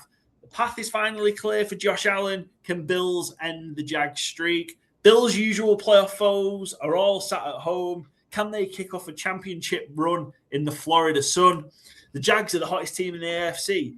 Can it continue? Great game, this. I think this one should be a lot of fun. There's a lot of pressure on Josh Allen. You know, Buffalo is crying out for a winner, crying out for a championship and a Super Bowl. All the problems they've faced in the last 5-6 years, they're not there. They're all at home. This is kind of probably the best chance they're going to get. But they've got a really tough game against the Jags, and the Jags are on fire. What do we think? How do we think this one's going to go? What do you make of the matchup? Game of the weekend for me. Absolutely love it. I'm going to call it my Jacksonville Jaguars. I've been hyping them all pre-season, all through the season. The boys, the lads, and the lads, the Jags lads. Yeah, Josh Allen on Josh Allen, Hines Allen matchup where Josh Hines Allen's had the better of it in years gone by. If you remember that famous one, I think the Jags kind of are exactly what the Bills do not want to see. They stop the run incredibly well, and I think we're going to have to see hero ball Josh Allen because I think they're going to – my bet's going to look a bit silly when I say this, but I think James Cook is going to struggle to dominate like they need him to. I think he's going to be fine, but I don't think he's going to be able to dominate like he has often as the NFL rushing leader. 3.5 sorry. I was kind of stunned that the Jags were underdogs in this game as – how they played the season. I think it's entirely based on name and who Josh Allen is, which I understand and it is fair, but I don't think it pays respect to what Jacksonville have been the last 6 weeks of the season. And for a lot of the early part of the season as well, they were winning games that maybe didn't look great, but I don't think you can say enough good things about what Liam Cohen has done in his first year there. Trevor Lawrence looks like a franchise quarterback, and I don't think I remember about 2 months ago saying on here, Nick Mullins is going to be the starting quarterback for the Jaguars before the end of the season because Liam Cohen's going to murder him. Because Liam Cohen had some serious looks on that sideline of like, if this guy doesn't pick up what I'm telling him to do soon, I really think it would have been Nick Mullins. But credit to Trevor Lawrence and credit to the Jags general manager, James Gladstone, put the chips in and said, we're getting Jacoby Myers in. The one thing Jacoby Myers can do is catch the fucking ball. BTJ's had a really off season for that after an incredible rookie year. Travis Hunter was coming along, obviously got ruled out for the season after the Jacoby Myers signing. The one thing they needed was a reliable pass catcher, and Jacoby Myers has been exactly that. It's kind of rebirthed this offense. I think Trevor Lawrence looks, like I say, a completely different player. I love the Jags in this matchup. I would take them, minus points as well. So I'll certainly be taking the money line here. Jags have only been home underdog once before in the playoffs against the Chargers when they were 27-0 down and won. So I'm certainly not worried about the Buffalo Bills. Excellent. Joe, are you got to the point where we think you might be dropping the I'm not the biggest fan of Trevor Lawrence thing before you talk about Trevor Lawrence? Are we there yet? You know what, we probably are. I think the last few weeks have been very positive, and he's certainly shown his ability. I still don't think he's like the ability we expected him when he came out of the quarterback, and he was going to be the next Messiah, and Jacksonville struck gold. Yeah, everything tells me that Jags should win this, and the Jags have got I think they've got the better team on both sides. But there's just that Josh Allen, the Bills Josh Allen quarterback, which is just that niggly thing in your head where he has games where he just like drags his team and wins, and I wouldn't be shocked. So, and Sean McDermott, you know, he's another head coach where it's whispered that if they get beat here, that he could be out. That's the team I'm trying to think of. But he is a great scheme defensive coordinator. Like he schemes a defense against the matchup. They have really well, and he's done it against plenty of teams, and I think he could do it against his Jags. He's really good at changing things during in-game as well. So can Trevor Lawrence spot that and not make the mistakes which he was known for, which he hasn't done the last few weeks? And it's a really weird matchup in terms of like the Bills. They're the best defense against the rush, but terrible against the pass. The Jags are the best against the rush, but they're not so great against the pass. The only problem there is that the Bills' passing is not amazing.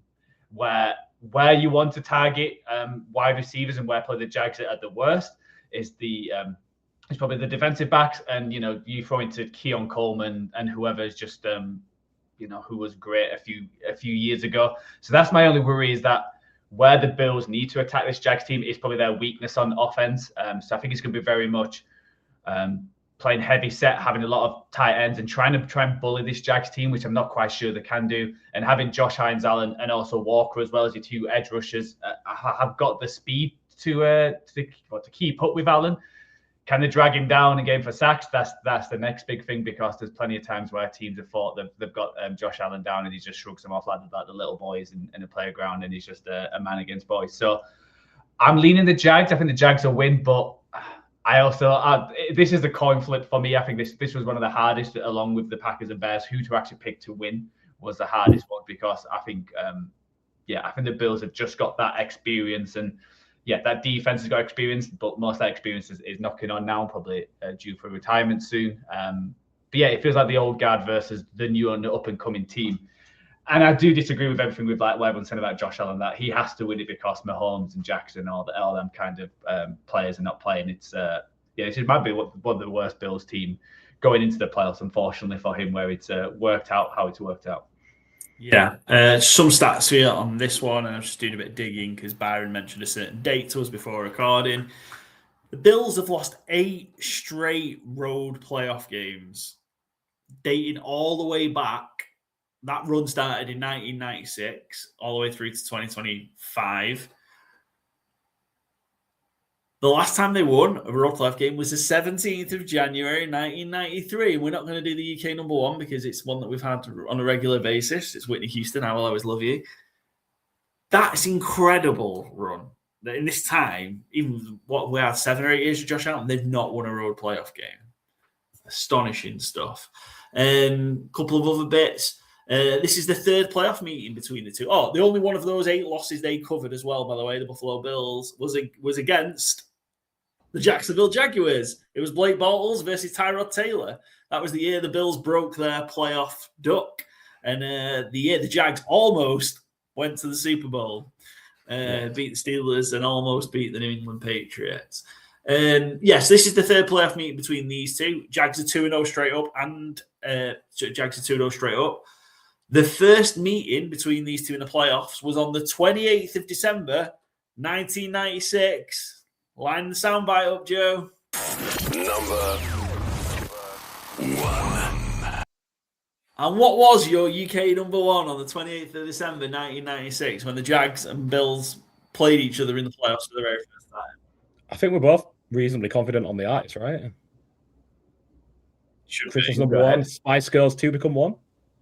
2 become one, absolutely.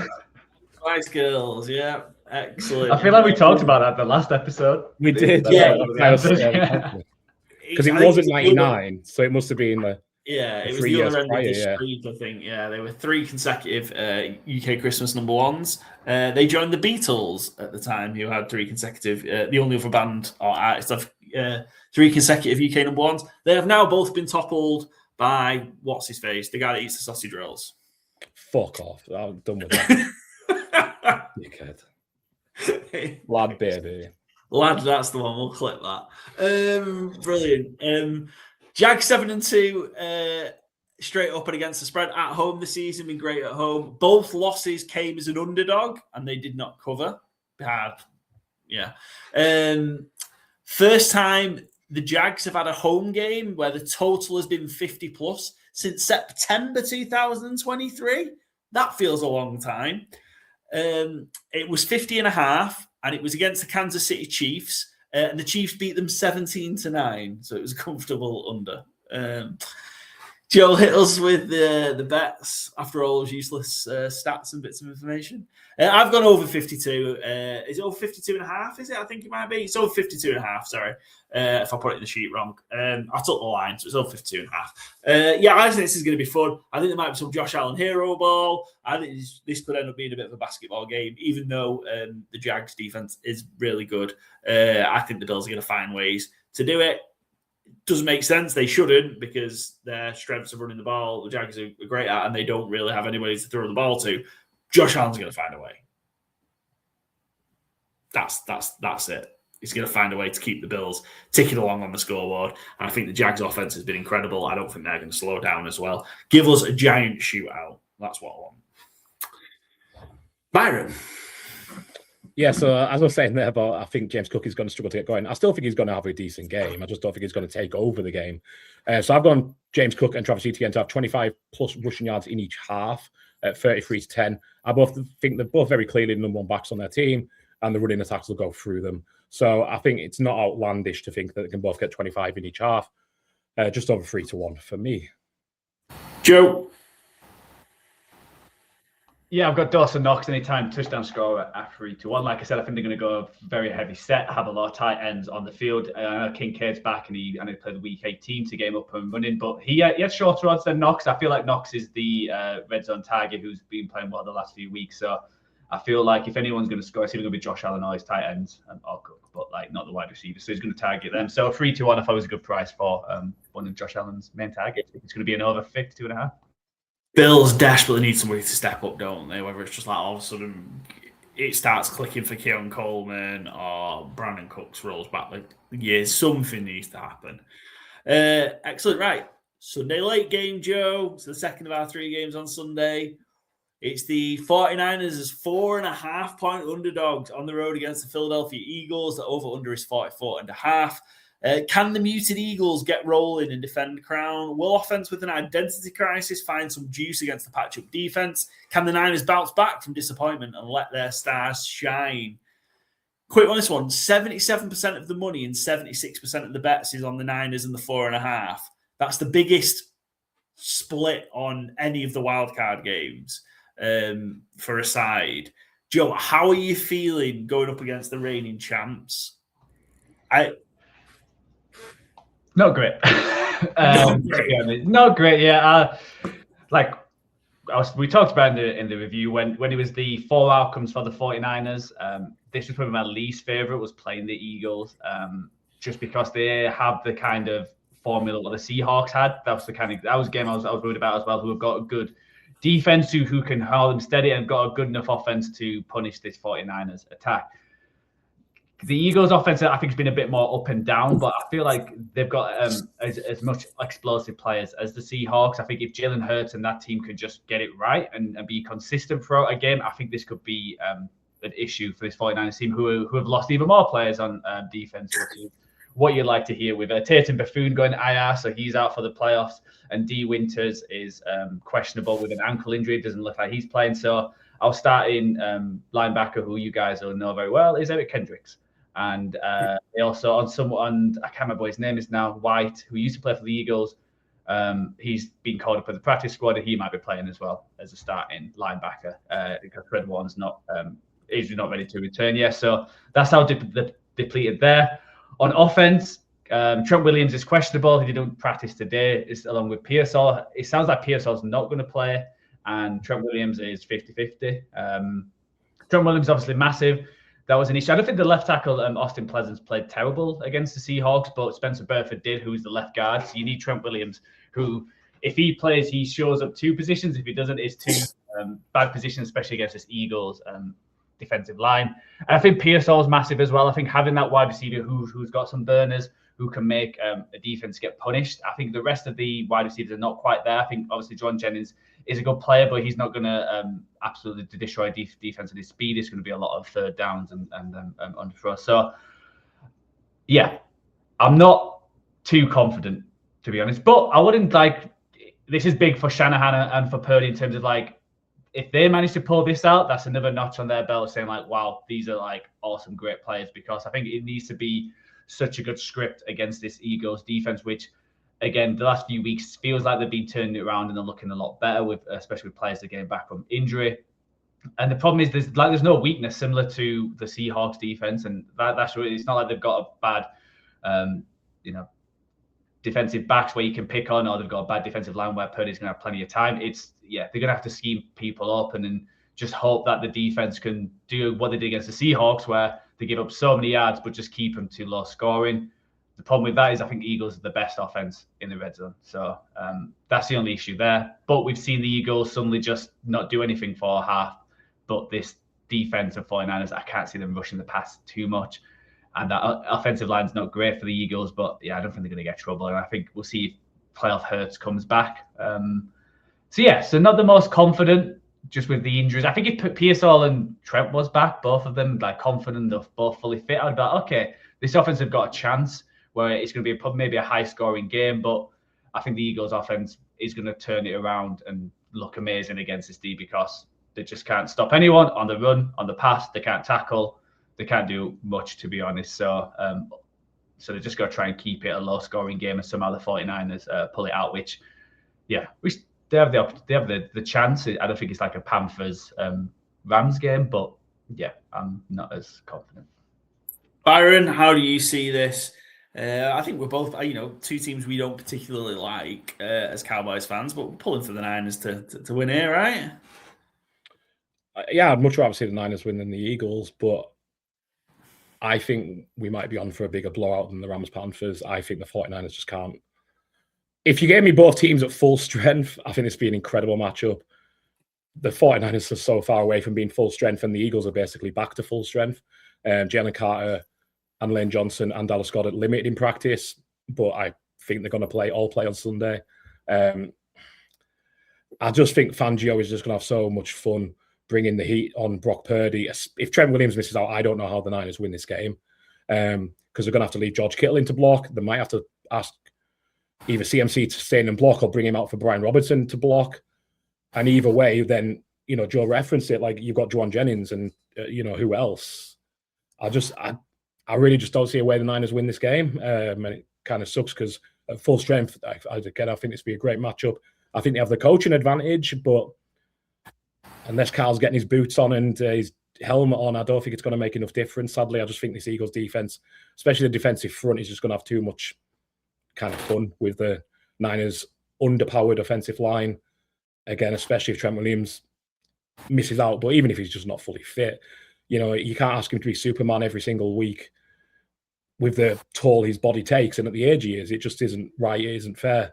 So I think it's going to be a 10+ point one for the Eagles. I think it's going to be pretty comfortable, sadly. Fair enough. This is the third. Again, this is another one. I'm surprised we haven't seen more Niners-Eagles matchups in the postseason. This is only the third post-playoff meeting between the Niners and the Eagles. The last was the 2022 NFC Championship game. The Eagles won 31-7, and the 49ers finished without a quarterback on the field.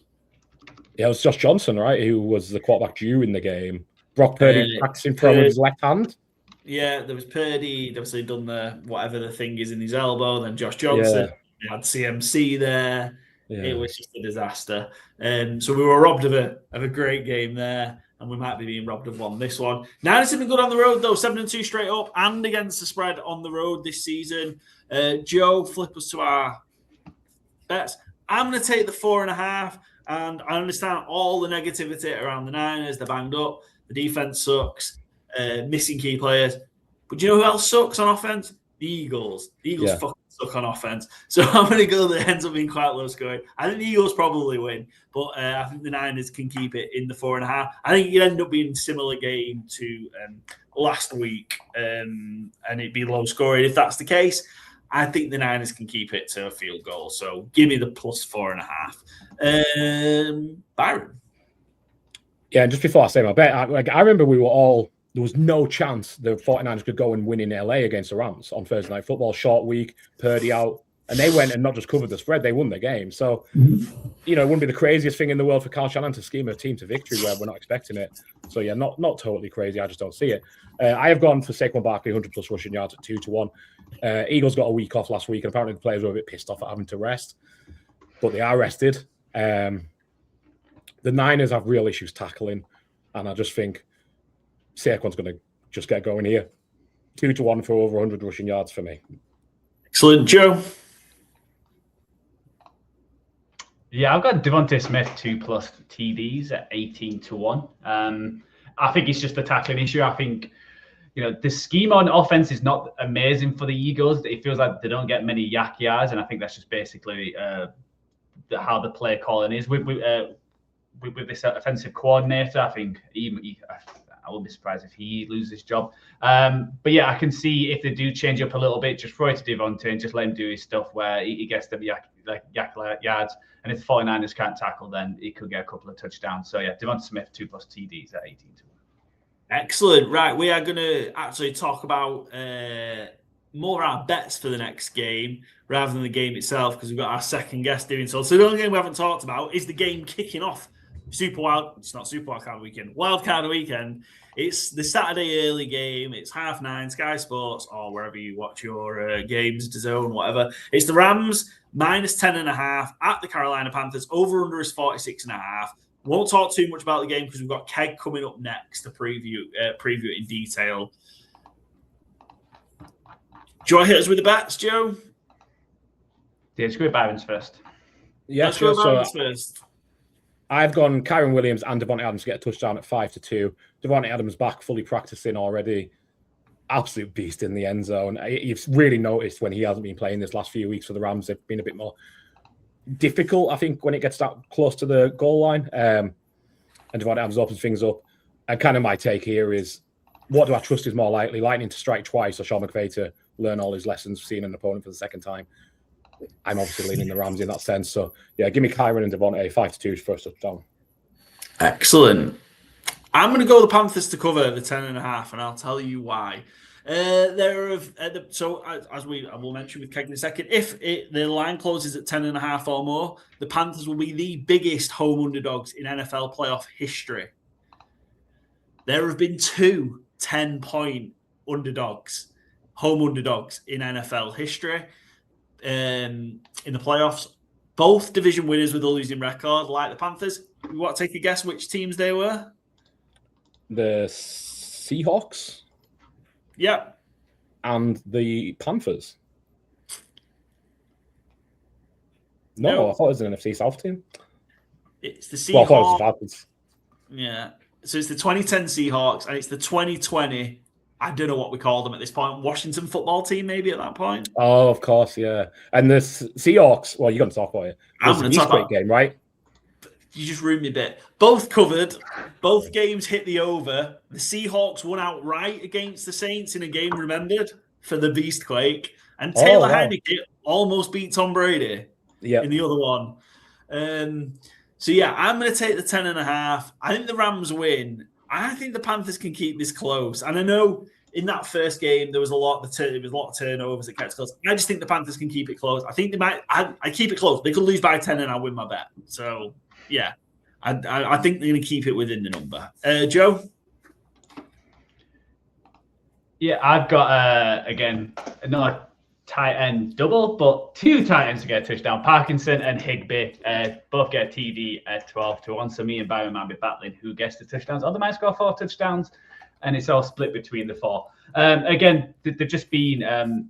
We've talked about all season about the heavy set, how many tight ends they play, and it feels like the last few weeks Higbee's getting more and more involved, and Parkinson got 2 touchdowns last week. Higbee got 1, so I think they're going to target them in the end zone because when you look at this Panthers defense, the defensive backs are probably the strength of this team in terms of like cover. I know you're covering Devontae Adams and Nakua, which is never an easy task, but their linebackers and everyone else is not great. So I think the Titans are going to be open quite a lot. And so, yes, I've got Parkinson and Higbee both get a TD at 12-1. Excellent. So we're going to talk about the game in detail and the Carolina Panthers season so far as well with Keg, the Panthers Magpie. Guess he's been on, I think this is the 3rd or 4th time Keg's been on. So let's jump over to me discussing this game with Keg, the Panthers Magpie. Joining us to kick off our wildcard weekend preview, we've got returning guest and friend of the show, Carolina Panthers fan, Keg, the Panthers Magpie. Keg, welcome back to Good Teams Win, Great Teams Cover. How are you doing, first of all? I'm brilliant, yeah. Thank you very much. Yeah, all doing well. Looking forward to this weekend's playoff game. Dead excited for this, obviously. So, yeah, looking forward to whatever happens. But, yeah, buzzing that we've made it this far. And as we're talking off screen, things are going well for Newcastle at the minute as well. So, can't complain, mate. Can't complain. But, yeah, thank you very much for inviting me back on the show again. Fresh off a Premier League classic last night at St James's Park against Absolutely. If we think about kind of, we try and be real proactive and plan guests and everything here on the show just for our own sanity, so we know what we've got coming up and stuff. But if I was at the start of the season, Keg, going, right, who are we going to get lined up to come on our show for Wildcard Weekend? It wouldn't be me. I would not have thought we would be talking about the Carolina Panthers in this position. Not because we don't want you on, Keg, of course we do, but yeah, just not in this position, we were going to get the Carolina Panthers.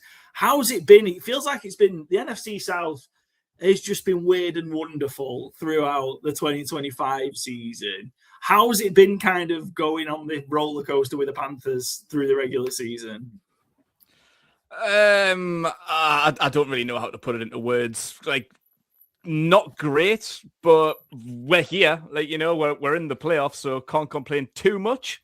But yeah, mostly frustrating. Like, it's just been the inconsistencies because, like, we know we can be better than this, which is kind of crazy. Like, we should have had the NFC South wrapped up before having to rely on the Falcons to get the job done for us. Like, we could have had it done a game or two earlier. We could have ended up with a winning record. Like, we ended up with a losing record, 8-9. But yeah, that's been. I think the Carolina Panthers are pretty much the poster boys of the 2025 season because it's been mad. It's been so inconsistent and crazy for everyone. Like, who would have thought like Broncos and Patriots would have been where they were? Who would have thought like the Chiefs would have done what they've done? Like teams like I don't know. Who else failed? Like the Ravens? Who would have thought the Ravens would have had the season that they did? The Bengals. Yeah, it's been a crazy, crazy NFL season as a whole. And yeah, I think the Carolina Panthers being in the playoffs as the NFC South champions is justified in that. Like, yeah, we are the epitome of the 2025 season. Like, our inconsistent, crazy season. Twice we've knocked off the NFC champions. In week 9, we beat the Packers when they were at the top. Week 13, we beat the Rams when they were at the top. They were playing again this weekend, and we lost both games to the Saints. Like, go figure. It's just been a wild, wild ride of a season. Yeah, you're right. It just makes absolutely no sense. But like I said, there's been kind of some signature wins in there, and some maybe certainly games they'd want back. I think just to pinpoint though, because I think we've been guilty a little bit the last couple of weeks talking about kind of very negatively about the NFC South, and that's not necessarily fair. But to think about kind of the part of the Panthers and where they've come from, you know, this is the most amount of games they've won in in the regular season since the last time they got into the playoffs. So they won 11 games in 2017, not won, anywhere near, this is 8 in 2025, and it was 2-15, 5-12 in the last couple of seasons. Key to that, I think, has been Dave Canales. Can you speak to in terms of kind of the difference he's made and the progression? Because there absolutely has been lots of progression for the Panthers in the last 2 seasons. Yeah, absolutely. And I think we shouldn't be here. Not yet. Like, the whole project since 2023 is just a project. That's what it is. Like, the 2023 season was an absolute burnout. Like, we won 2 games, 2-15. We absolutely chopped everything up, got rid of everyone that didn't need to be there. I think the biggest thing that we done was get David Tepper to take a back seat. I think he was the problem, and he's less hands-on these days. Like, he was far too involved during the failures of the Carolina Panthers since his takeover from 2017 through to 23, sorry. And I think the biggest thing that we've done was get Dan Morgan as our general manager, like ex-linebacker. He was our first-round pick. I want to say 2001 he was our first-round pick. And he'd been the deputy general manager, vice manager, behind Scott Fitterer the year before. So he got a promotion. And I think he'd kind of seen exactly just how things shouldn't be done. And as someone who's been in the building since 2001, he's seen things. Like, he played in the Super Bowl 2003 with the Panthers. Like, he knows how to get shit done. Sorry for swearing. I don't know if you can on this podcast. Oh, good. You can. Don't worry about it.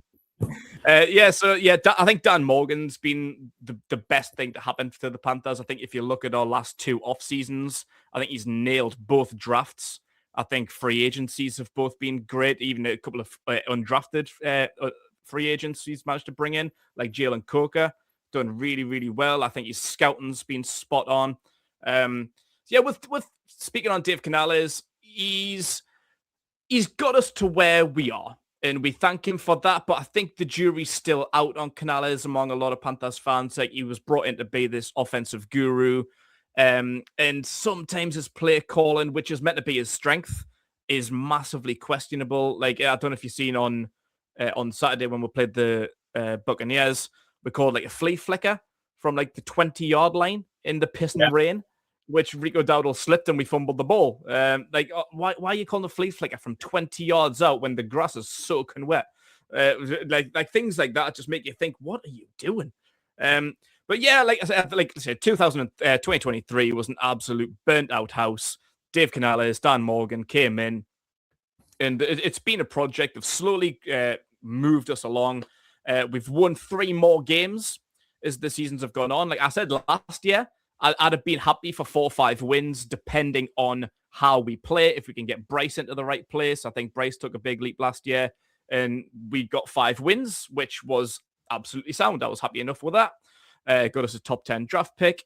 And this year, we've moved on to another 3 wins. So each of the last 2 years, we've moved on 3 wins more, and now we're in the playoffs. So you can't complain about the progression. Like I said, that's what it was all about. It was just getting rid of everybody that was involved in 2023 to move on to a brighter future. And yeah, like we are ahead of the pack. We won 8 games, which is fair. In most divisions, that would probably get you 2nd place, if not 3rd. That's why I say we shouldn't be here yet. We're well ahead of schedule, but I think it's a great opportunity for people like Dave Canales, who is a first-time head coach, like Bryce Young, who's only in his 3rd year.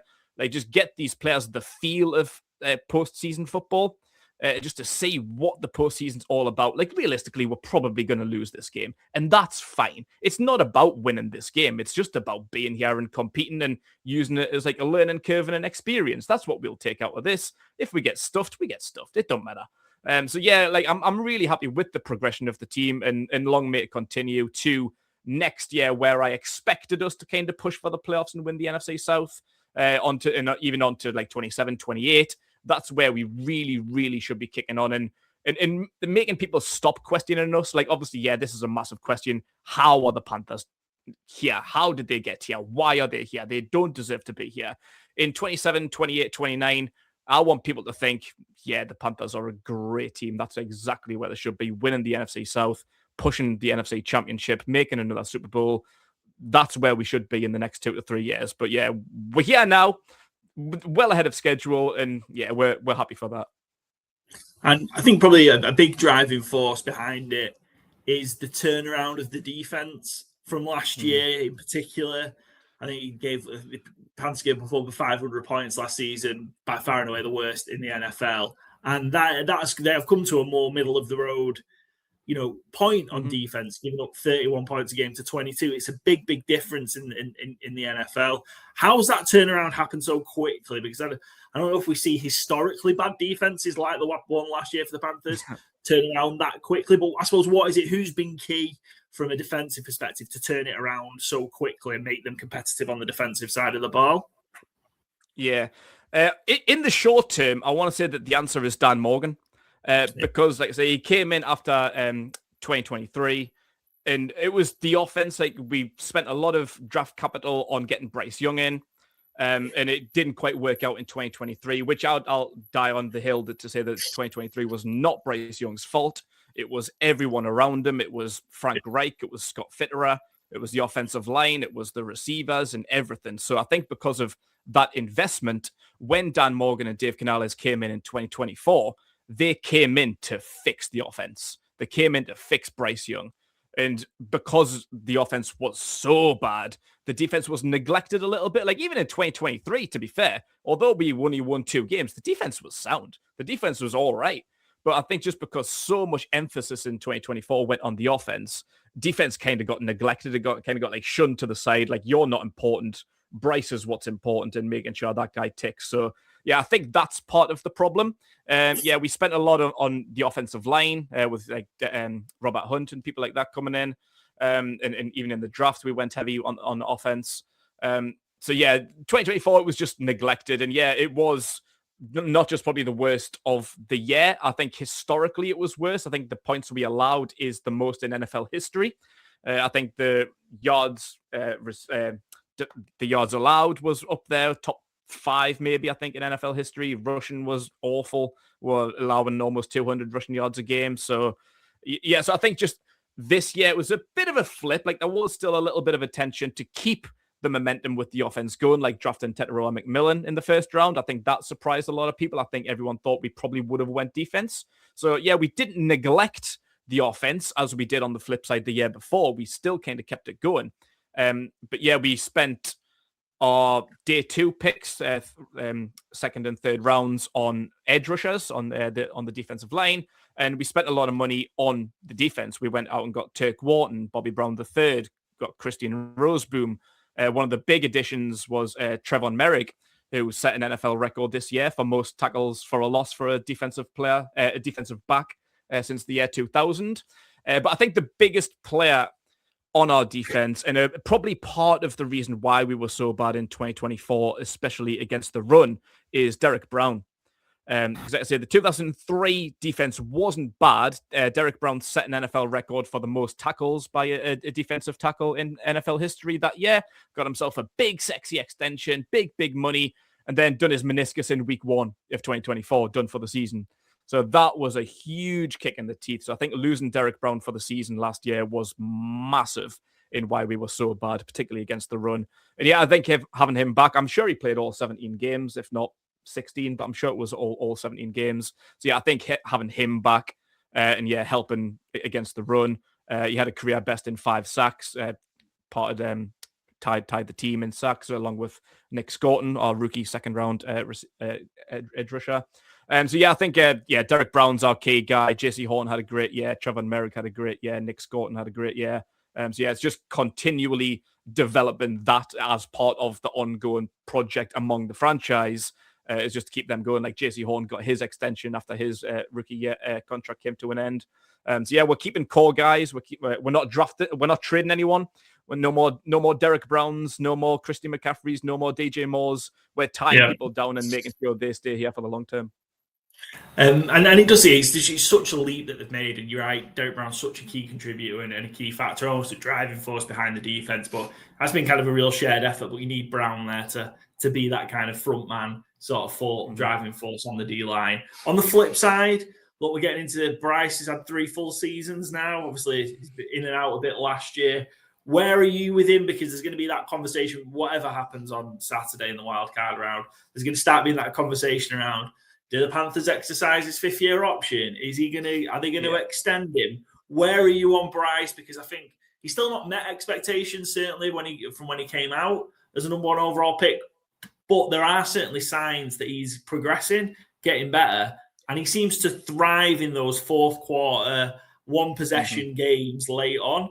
Where are you with him, Keg? I'm on Bryce's side for the most part, but it's a grey area with Bryce Young. Like, yes, he hasn't quite lived up to the expectations, especially when you look into the draft capital that we gave away to get him first overall. Give away the likes of DJ Moore and a first-round pick, future first-round pick, and like I say, the previous regime, like the team that Scott Fitterer built him for his rookie year, coached by Frank Reich, was an absolute train wreck. His progression has been quite good. That's what Dave Canales was brought in for. I do think he took a really big step up towards the back end of 2024. Obviously, he was benched after week 2. The run of like 10 games towards the back end of last year was really good. This year, he has played some really good football, but his biggest issue at the minute is consistency. Like 1 week, he can play great. Like he can have the game of his career. And I think he had them probably 3 or 4 times a season. He's looked as good as he ever has done in the NFL. And then the following week, he's awful. Absolutely terrible. And again, I think that could still be down to kind of Dave Canales' coaching. Maybe his play calling hasn't been quite good, hasn't been quite complimentary, so you can't always blame Bryce. But yeah, like this is the offseason where we're going to have to think about exercising his 5th-year option. And I believe we will. Like I say, I think just because the organization did invest so much into him, I don't think we'll cut him short. I think we'll give him a full 5 years. So he's still got 2 more years to really, really prove himself, unless next year he is terrible. I don't think he will be. I think at worst, again, he'll be just the same as what he was. I think he'll be just inconsistent. You'll have great games. You'll have terrible games.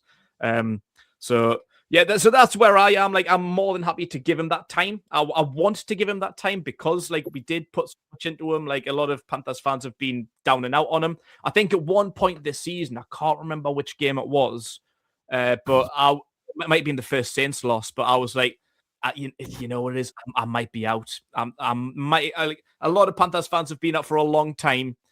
I'm always the last one to be out on anyone, whether it's a head coach, a general manager, whoever it is, a first-round pick. I always want to give everybody the most time that they possibly can until I'm tapping out. And as a fan, when I tap out, it's time to move on. There was a moment. There was a moment this season where I was thinking, oh, you know what it is? This might be it. But then the week after, he threw like 446 yards or something like that against the Falcons. So that's just Bryce. I think he just needs to be consistent. And again, it's kind of like the project. We're moving on as a franchise. I think off-season by off-season, I think Dan Morgan's doing a tremendous job. We just need to keep that up and just hopefully, I think he's definitely got 2026 in his locker. We aren't going to make any drastic decisions this year. He'll probably play on his 5th-year option in 2027, and then there's a decision to be made there. So, yeah, we're still 2 years away from having a serious conversation about Bryce Young. Yeah, that's fair. And look, let's focus on the game itself. The Panthers host the Rams. Already played in week 13, which the Panthers caused. Certainly an upset at the time. There was the expectation that the Panthers were going to overturn the Rams. They beat them 31-28 in a bit of a wild game. We're heading for the Panthers being, should this continue, we're recording on Thursday, so the game's not till Saturday.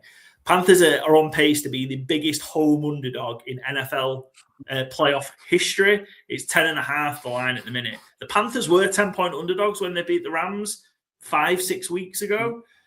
Can lightning strike twice, Keg? And can we see a historic upset in the playoffs here? How do you feel? It's got to give you a bit of confidence that you've played the Rams already and beat them. What do you take away from that first game, I suppose, to start from, in terms of not just beating them, but the performance and how you got at them? What can you take away from that for this playoff game? Yeah, I mean, it is a huge ask, obviously. Yeah, we're going to be massive underdogs, as rightly so, as you can see on the screen there if you're watching on YouTube. The record's 12-5 against 8-9. Yeah, if you look at the stats from the season, like Matt Stafford led the league in passing yards and passing touchdowns. Puka Nacua was second in receiving yards. Devontae Adams was first in receiving touchdown. Yeah, Nakua was second in receiving yards. Yeah, Adams was first in receiving touchdowns. You had Kyron Williams with over 1,200 yards and 10 touchdowns. Right, they're a force. I love their defensive line. The young guys up on the front there. They're a great team. I am a really big fan of the Rams, and I'm a really big fan of Sean McVay. But yeah, when like we were talking about Bryce before, sometimes he loves the adversity. He loves being the underdog in games like this. This is where he can come to life, and the pressure of the playoffs. Like that's why I think this game is so important, just to see how we do. And yeah, I think Bryce could thrive under this kind of pressure. He did last time. As I said before, the Rams were number 1 in the NFC in Week 13 when we played them a few weeks ago, and we beat them.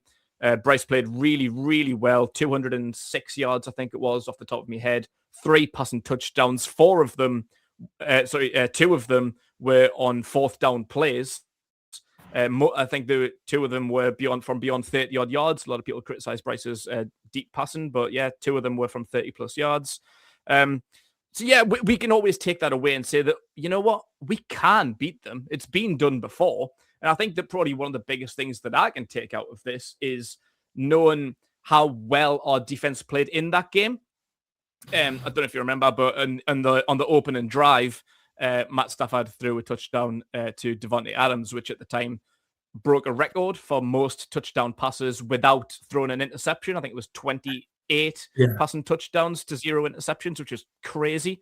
Then on the following 2 drives, we picked them off. Derek Brown batted a ball, intercepted by Nick Scott. And the very next one, there was a pick 6 by Mike Jackson. Right at the end, when we were ahead with the final score, they were pushing. Derek Brown got a strip sack. We recovered the ball, ran the time down for a victory. So yeah, our defense can get to them. But one of the biggest things that I can take away from it is who we were missing in that game. Because that game was the week after the Monday night game against the 49ers, where JC Horn had 2 first-half interceptions, but then got a concussion, didn't come out for the second half, and didn't play against the Rams. Trevon Merrick, as I said before, he's tied the record for most tackles for a loss for a defensive back. He missed the game for punching Joanne Jennings in the balls. So he was... So he missed that game. Christian Roseboom was out, and as was Claude Cherelis, who's a reliable, for people that don't know who Claude Cherelis is, he's a reliable backup linebacker, so probably would have replaced Roseboom had he played, and he's a valuable special teams member. So yeah, so we missed Horn, Merrick, Roseboom, and Cherelis on that defense in that game, and we still picked Stafford off twice, still got 2 sacks, including a strip sack. And yeah, so you know, like, we're a better defense now than what we were then. So I can take that out of it. So there is things that we can do to win. I don't think lightning will strike twice. Like I say, I think 2 of our 3 passing touchdowns on the game were deep 4th down conversions. That's not sustainable. You can't keep doing that. That basically means we couldn't get the job done within 3 downs. We had to go for it on 4th down. I think the Rams dominated that game. I think on the stats with the ball possession, I think they had like 10 minutes more than what we did. So yeah, it was a great victory for us at that time. Can we do it again? Unlikely. Our defense is stronger this weekend than it would have been on that game, so we can take that away. But what will be. Any given Sunday, anyone can win. Like, don't rule the Panthers out. Yeah, we're 10.5-point underdogs, but I wouldn't categorically say that the Rams are going to win this comfortably. We're going to go in and give them a victory. And another thing that I would say as well, actually, just before we move on, is that we're at home. We've got the home field advantage. Over the past few weeks, Bank of America Stadium has been absolutely booming. It's been the best atmosphere that there's been since 2015 Cam Newton MVP Super Bowl run. Back in 2023, there was a game against the Falcons where we were selling tickets for under $1. Nobody wanted to go. Nobody was supporting the team. Now it's sold out. It's packed. It's rocking. The fans are going wild. When we played the Bucs a few weeks ago, their offensive line were getting done on penalties all the time because they couldn't hear the calls. The fans were that loud. The Bucs couldn't hear shit. They were getting flags right, left, and center. And another thing is that Cam Newton's coming back. Cam Newton's going to be the keep-pounding drummer. That's been announced because there's been this weird sort of divide between Cam Newton and David Tepper. Like he's been kind of shunned out. Like there's no record of Cam Newton's existence like within Bank of America Stadium. There's no pictures or nothing up there. There's been like he's never been asked to do any media or nothing. It's been for one of our greatest ever players. It's bizarre, weird that there's just been absolutely no recognition for what he'd done for us. But yeah, so Cam's coming back. He's going to be the drummer on the sideline, and I think the fans will go wild for that. So yeah, I think home field advantage. So even if you look at the Rams' whole road record, I was just looking at this today. Actually, I didn't even realize, but they were 4-4 on the road. Like they played 8 road games this year, won 4, lost 4. They were against the Panthers, the Rams, the Panthers and the Falcons, as well as the Eagles and the Seahawks. So yeah, the 500 on the road. So yeah, they're not great. So I think if Bank of America can be absolutely booming, then that gives us half a chance. Yeah, it's interesting. I'm interested to see how they approach it, the Panthers, because I think almost like with you talking about them, and maybe we're laying on a bit thick in terms of just how big of an underdog they are. It almost feels like a free hit in terms of there isn't the expectation, and I don't think necessarily the players think that because they're going out to try and win every single game of football. Don't think coaching staff will, but I wonder if they'll play into it a little bit in the game in terms of maybe being a little bit more, aggressive. Things like maybe going for fourth downs when they maybe punt and things like that. And I wonder if they'll just take more chances than normally would if it was a regular season game on that basis. And that certainly helps get the crowd on side and, as well. So I'm really interested. I think they're going to keep it at the bare minimum. I think they're going to keep it close. So yeah, I'm really interested in this one. It should be a really, really good game. Give us a score prediction, Keg.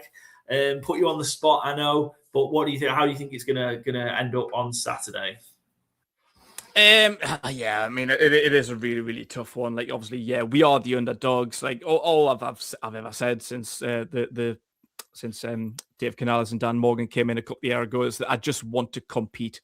I want to be competitive. In a lot of games we've lost this season, we have been. In some, we haven't been. Like, we got absolutely blown out by the Patriots, by the Bills. But every other game has been relatively close. Like we haven't let ourselves down by any means. And I think when you keep games close and lose them, they're more frustrating than when you get absolutely whitewashed in games that you don't expect. Like when we played the Rams, like I was there that game actually. Like I went over to Charlotte a few weeks ago, and that was the game that I was there. Seeing the atmosphere for myself, and yeah, I went into that game not expecting anything. I just want to see a good game. I just want to see something I could have been proud of. Like I didn't expect to see a win. I think I would have been really, really proud of the guys if the score was reversed, like we won 31-28. I think if we turned that around and we put 28 points on them, but lost by 31, I'd have been like, wow, what a game. We played so well. So if it's the same kind of thing, if we lose by 3 points, it's a high scoring game because, yeah, their offense is great. They're going to score points. I'll be really, really happy. Like you say, we don't expect to win this game. If we do, it would just be a massive, massive bonus. I do think it's doable. But I'll go with I think they'll score 28 again, and we'll score in low 20s, maybe 21. So yeah, 28, 21, something like that. Yeah, I'm with you. I think they'll keep it close. I really do. I think it could be a bit cagey. I think the Rams last week kind of got it together a bit in week 18 against the Cardinals. But after that, it was 2-3 weeks where it just felt a bit out of whack. And we'll see if they've managed to kind of get things going again and get into rhythm with that second half against the Cardinals, or whether the Panthers can kind of force them into a bit of a slow start, and then that's where the chances come. Keg, you're a star. Thanks very much for joining us. Give us a shout out where we can follow all your fantastic stuff around the Carolina Panthers, and of course, Newcastle United as well. Yeah, so my personals are all on Keg TMC across all platforms. My Panthers content is on all socials. On Twitter, you've got the handle there on screen as Panthers Magpie. On Instagram, it's the Panthers Magpie. I just want to double check that because I always forget my own bloody handles. Yeah, the Panthers Magpie on Instagram. Yeah, just Panthers Magpie on Twitter. And then, yeah, any Newcastle United fans out there, or football fans in general, can have a look at the Magpie channel. That's where we do a lot of Newcastle United content, including a weekly podcast. So, yeah, go check that out. Excellent. Go support Keg. Go check out all the channels. And Keg, best of luck. Thanks for coming on. We appreciate you. Best of luck on Saturday, and we hope you enjoy the game. I'm sure we will. Thank you very much for having me on, mate. Thank you very much. Appreciate it. Thanks to Keg there, the Panthers Magpie. Go follow Keg for all your Carolina Panthers and Newcastle United related content. Surprised Keg's got his voice after that Newcastle game last night. To be fair, I believe he was there. So thanks, Keg, for jumping on as always. And good luck to the Carolina Panthers this week. 4-4 challenge. So it turns out we do a 4-4 for wildcard weekend, and then we tail it down through divisional round, conference championship, and of course the Super Bowl. It's 0-0-0 again for all of us. 0-0-0 across the board. Although I will be fulfilling my regular season forfeit of the Taco Bell, 24 hours in Taco Bell. I think in the gap between conference championship and Super Bowl week, we're going to do it. And then hopefully I'll be fighting fit for the Super Bowl, because I think I'm going to be pretty poorly. So shall we whack the fourfold board up? I was going to say, I think I'm sharing. Oh, you need to share it full screen, though. Hang on. I haven't pressed present. What a freaking idiot. Oh, dear. I've done it at the start. I've done it at the start of recording. We're doing a very professional outfit here at Good Teams and Great Teams cover. There we go. I'm fighting through the flu. Excellent. Right, yeah. Zeros across the board. Joe, you are first up. So it's one favourite, one underdog, one over, one under from the wildcard weekend slate. 24 possible options, I guess. Yeah, and probably going to be a lot of versus tunes, I'm guessing. So I'm going to go my favorite. I'm just going to go the one. I'm probably confident that they're going to win it. I'm going to go the Texans minus. Oh, it's -3, not 3.5. I gave myself an extra half an over. Yeah, -3. -3 against the Steelers. Excellent. Byron. I mean, yeah, only one place for me. Get my underdog on there nice and early. We're going to Duval. Jags +1 at home against Josh Allen and the boys. The boys. I'm going to go. Give me the under. I'll take the under. My under first. I'm going to go. Sorry, Joe, we going really far too quick for you here. It's also hard because we don't have the benefit of games we've not talked about, because we're talking about every game in the playoffs. I tried to elongate Duval as much as I could. Joe's looking perplexed that the deck isn't updating. I'm perplexed as well, because it's updating on the Canva. It just isn't updating on the screen, so I don't know what's gone wrong. Well, we'll let you work out and fix that for us, Byron. But I'm going to take the Packers-Bears, Joe. Give me Packers-Bears under 45.5. I'm going to take that. And then I am going to take, I've only bet one over, haven't I? So Bills-Jags over 52.5. I've talked about also going to Duval. So yeah, we'll put it back on the stage. I think we're good now. I think Joe's fixed it. There we go. Yeah, I'm just going to go Bills-Jags. Give us me shootout. Give us the fun. Give us the cracker. It goes against my whole over 50s principles as well, usually. But it isn't in prime. Like I said, it isn't in prime. It's an island game, of course, as all playoff games are, but it isn't in prime time. Or is it prime time if it's an island game? Who knows? Byron. I just use the term island game nowadays because it just makes. I know that I'm not wrong there. I'm not necessarily totally right, but I'm not wrong. But we might not confuse because this isn't being played at Croke Park in Dublin. Because that isn't. To be sure. Yes. Well, so it is. My game will be. I'm going to take my under, so I am.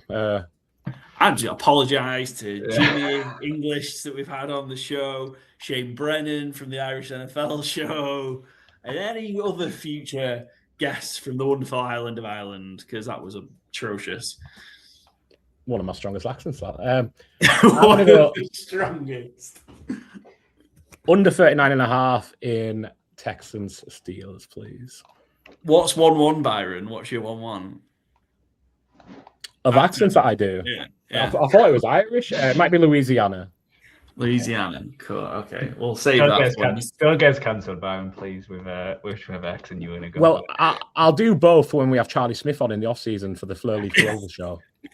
Yeah. You know what? Still can't get that to take off. I don't really know why. It's genius. I think it's great, yeah. I mean, I blow my own trumpet, but yeah, I think it's a really good one. It's better than my impressions. Yeah, one of his pals who I think plays like arena football and stuff. I can't remember the guy's name. I think it's Connor Mangan on X. He's going for Charlie from the logo Smith. Doesn't quite flow as well as Flurley Clover, I don't think. He's not a darts player. No, but anyway, Joe, back to you. Enough time, right? I know, yeah. We were doing a lot of filling time in this additional 4-4 draft. Yeah, I'm going to go my under. I'm going to go Chargers Patriots under 46, and then I've even got any other underdogs. Oh, I didn't even have any underdogs I picked. That's not good. So, yeah. Oh, I do, but I would have been picked. Yes, I would have been picked. Yeah. I feel like that's what you should have maybe done first, Joe. Yeah, I didn't even think about that. Strategy, you know what? All is key when we're down to 6 games. Yeah, let's do it. Even though I've gone against them in ATS, I'll go with my boys. 49ers plus 4.5. Oh, what a dick.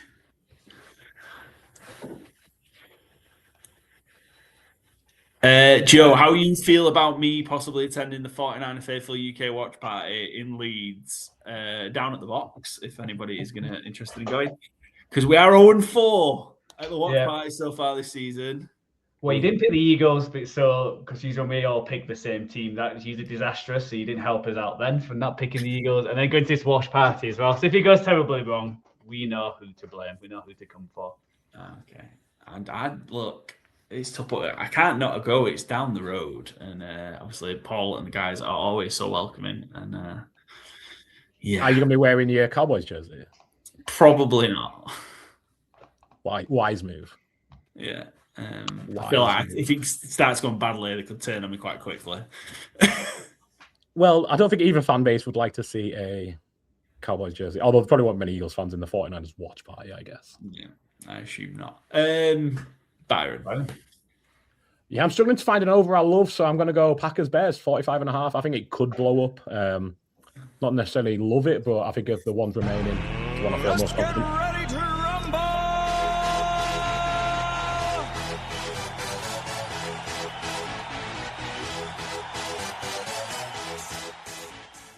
Going head to head, somebody's fourfold will fail. I mean, odds are all 3 of them, but somebody's will definitely fail because we've got picks against each other. At least it's not a push, I guess. If it was like a set number, we both picked it, and inevitably that would be the total, wouldn't it? So I need my favorite and my underdog. So I'm going to give me the San Diego Superchargers.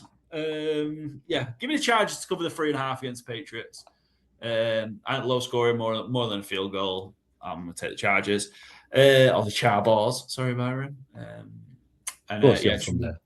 When we were recording with Coach Reinebold earlier, and he just kept calling them San Diego, which is fantastic, obviously, because they always will be the San Diego Superchargers. Yeah. And then my favorite, give me the. I've got so many underdogs. Oh yeah, I've only got one favorite. Give me the. I'm gonna have to do what Joe's done. I've done the same. At least it's all about strategy in this game. I was just about to say that. Yeah, I wouldn't have not had the opportunity to pick it because Joe picked it first. So the Texans are my only favorite on ATS. So give me the. All right, give me the Packers then -1.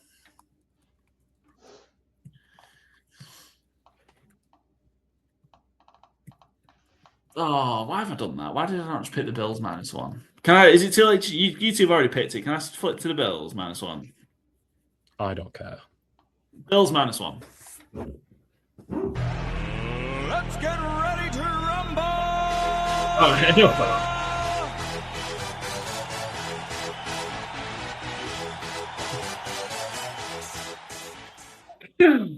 It's you versus Byron this week. It is. That wasn't intentional. That's just because I got myself in a situation where I'm on all the underdogs. And me and Joe, there's going to be in our ATS competition for the playoffs. Between me and you, Joe, it's decided this week because we've got just picks completely different from each other. I'll be free all. Yeah.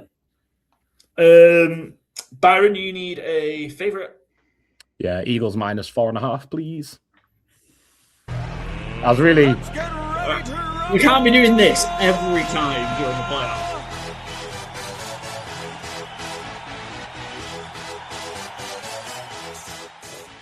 It's this strategy just giving me a chance to actually fill it all in, so Yeah, when I seen you taking the Texans, Joe, earlier, I was like, oh, great, I'll get the Eagles last. And Paul's like, I haven't got any fucking favorites. I'm like, you fucking little prick, get the fuck away from the Eagles. That's my last round pick. And I've strategized this perfectly. And then Paul's like, well, I don't have a favorite. I'm going to pick somebody. I'm like, you fucking... Yes, go back to the Bills. I don't give a shit. As long as you stay off the Eagles, pick who you want. All right. Joe, you need your over. Yeah, bit annoyed that Byron, what you just said is how I was feeling when you picked the Packers and Bears. What over do I want to go to? Yeah, I'll tell you, if you take the Texans Steelers, every single one of my games will be a knockout game. Let's get ready to Yes. rumble. Let's do it.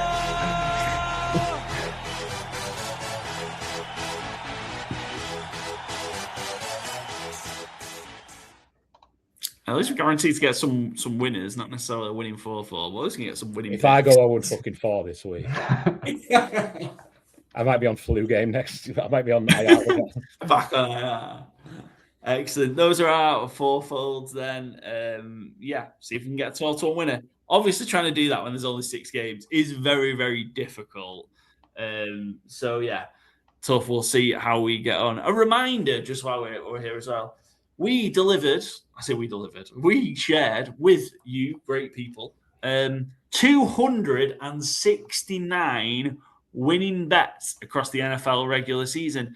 As mentioned in the review a couple of days ago, that's almost one for every single regular season game. There's 272 regular season games. We delivered 269 winning bets. Now, we aren't a betting expert show. We aren't a tipster show. We don't give picks behind a paywall. There's none of that going on. But 269 winners, and also plenty of losers as well. Let's not be beat around. Of course we did. Probably as many. A lot of those winners, though. A lot of those winners are not big prices. They're not even money. They're not odds on. Just to be clear, all my winners are pretty much 10 to 11. But your guys, a lot more. Highest winner 40-1. 269 winning bets. I would love to see, and someone go and do it. All the tipsters, the behind the paywall, all that. I don't think they're delivering in a show and a podcast platform, and so an Instagram and a Twitter account. 269 winning bets. I just don't think they are. So yeah, and there's no after timing from us. You never see us say, "Oh yeah, we didn't put it on the show." On the socials. This is what we post. This is what we show on the show. This is what we put on our Sunday morning socials. This is all accessible before we bet. This is not again, no after timing, no Tuesday morning. Like, oh yeah, I had a bet on Monday Night Football, but I didn't tell anybody. It capped at 54. It doesn't happen. This is all stuff you see before it happens. Yeah. So look, again, not to pat ourselves on the back too much. That's crazy. So, and I say it a lot. It really does pay to listen to good teams win, great teams cover. So look, we're going to try and get to 300 through the playoffs. If we can get to 300 winning bets over the course of the full 2025 NFL season, I'd say that's one hell of a season for good teams win, great teams cover. So that's us done, right? We've got nothing left to do. That's done everything. Fantasy game day tomorrow. There is fantasy game day tomorrow. Yeah, fantasy game day. Wild card stars, I guess. It's not Sunday stars, wild card stars. But huge thank you to the man, the legend, Coach Jeff Reinebold for joining us and talking us through the 3 primetime games. Make sure you're following what Coach is doing over the course of the playoffs. Possibly going to come back on during the playoffs as well, which would be really, really cool. Thanks to Keg, the Panthers Magpie. Make sure you go and follow him. Thank you to you two gentlemen. Good to have you back from IR, Byron. Make sure you're following, listening to Good Teams Win, Great Teams Cover, available on YouTube for the video version, Spotify, Apple Podcasts, Podbean, Overcast for the audio version. And make sure you're following the channels at GTW_GTC on X, Twitter, Instagram, Blue Sky, wherever else, and you'll catch TikTok. That's where. I think we might have Michael Barrymore as a follower now, which is weird. So yeah, at GTW_GTC across all the different platforms. And we will see you with our Fantasy Game Day wildcard stars tips tomorrow.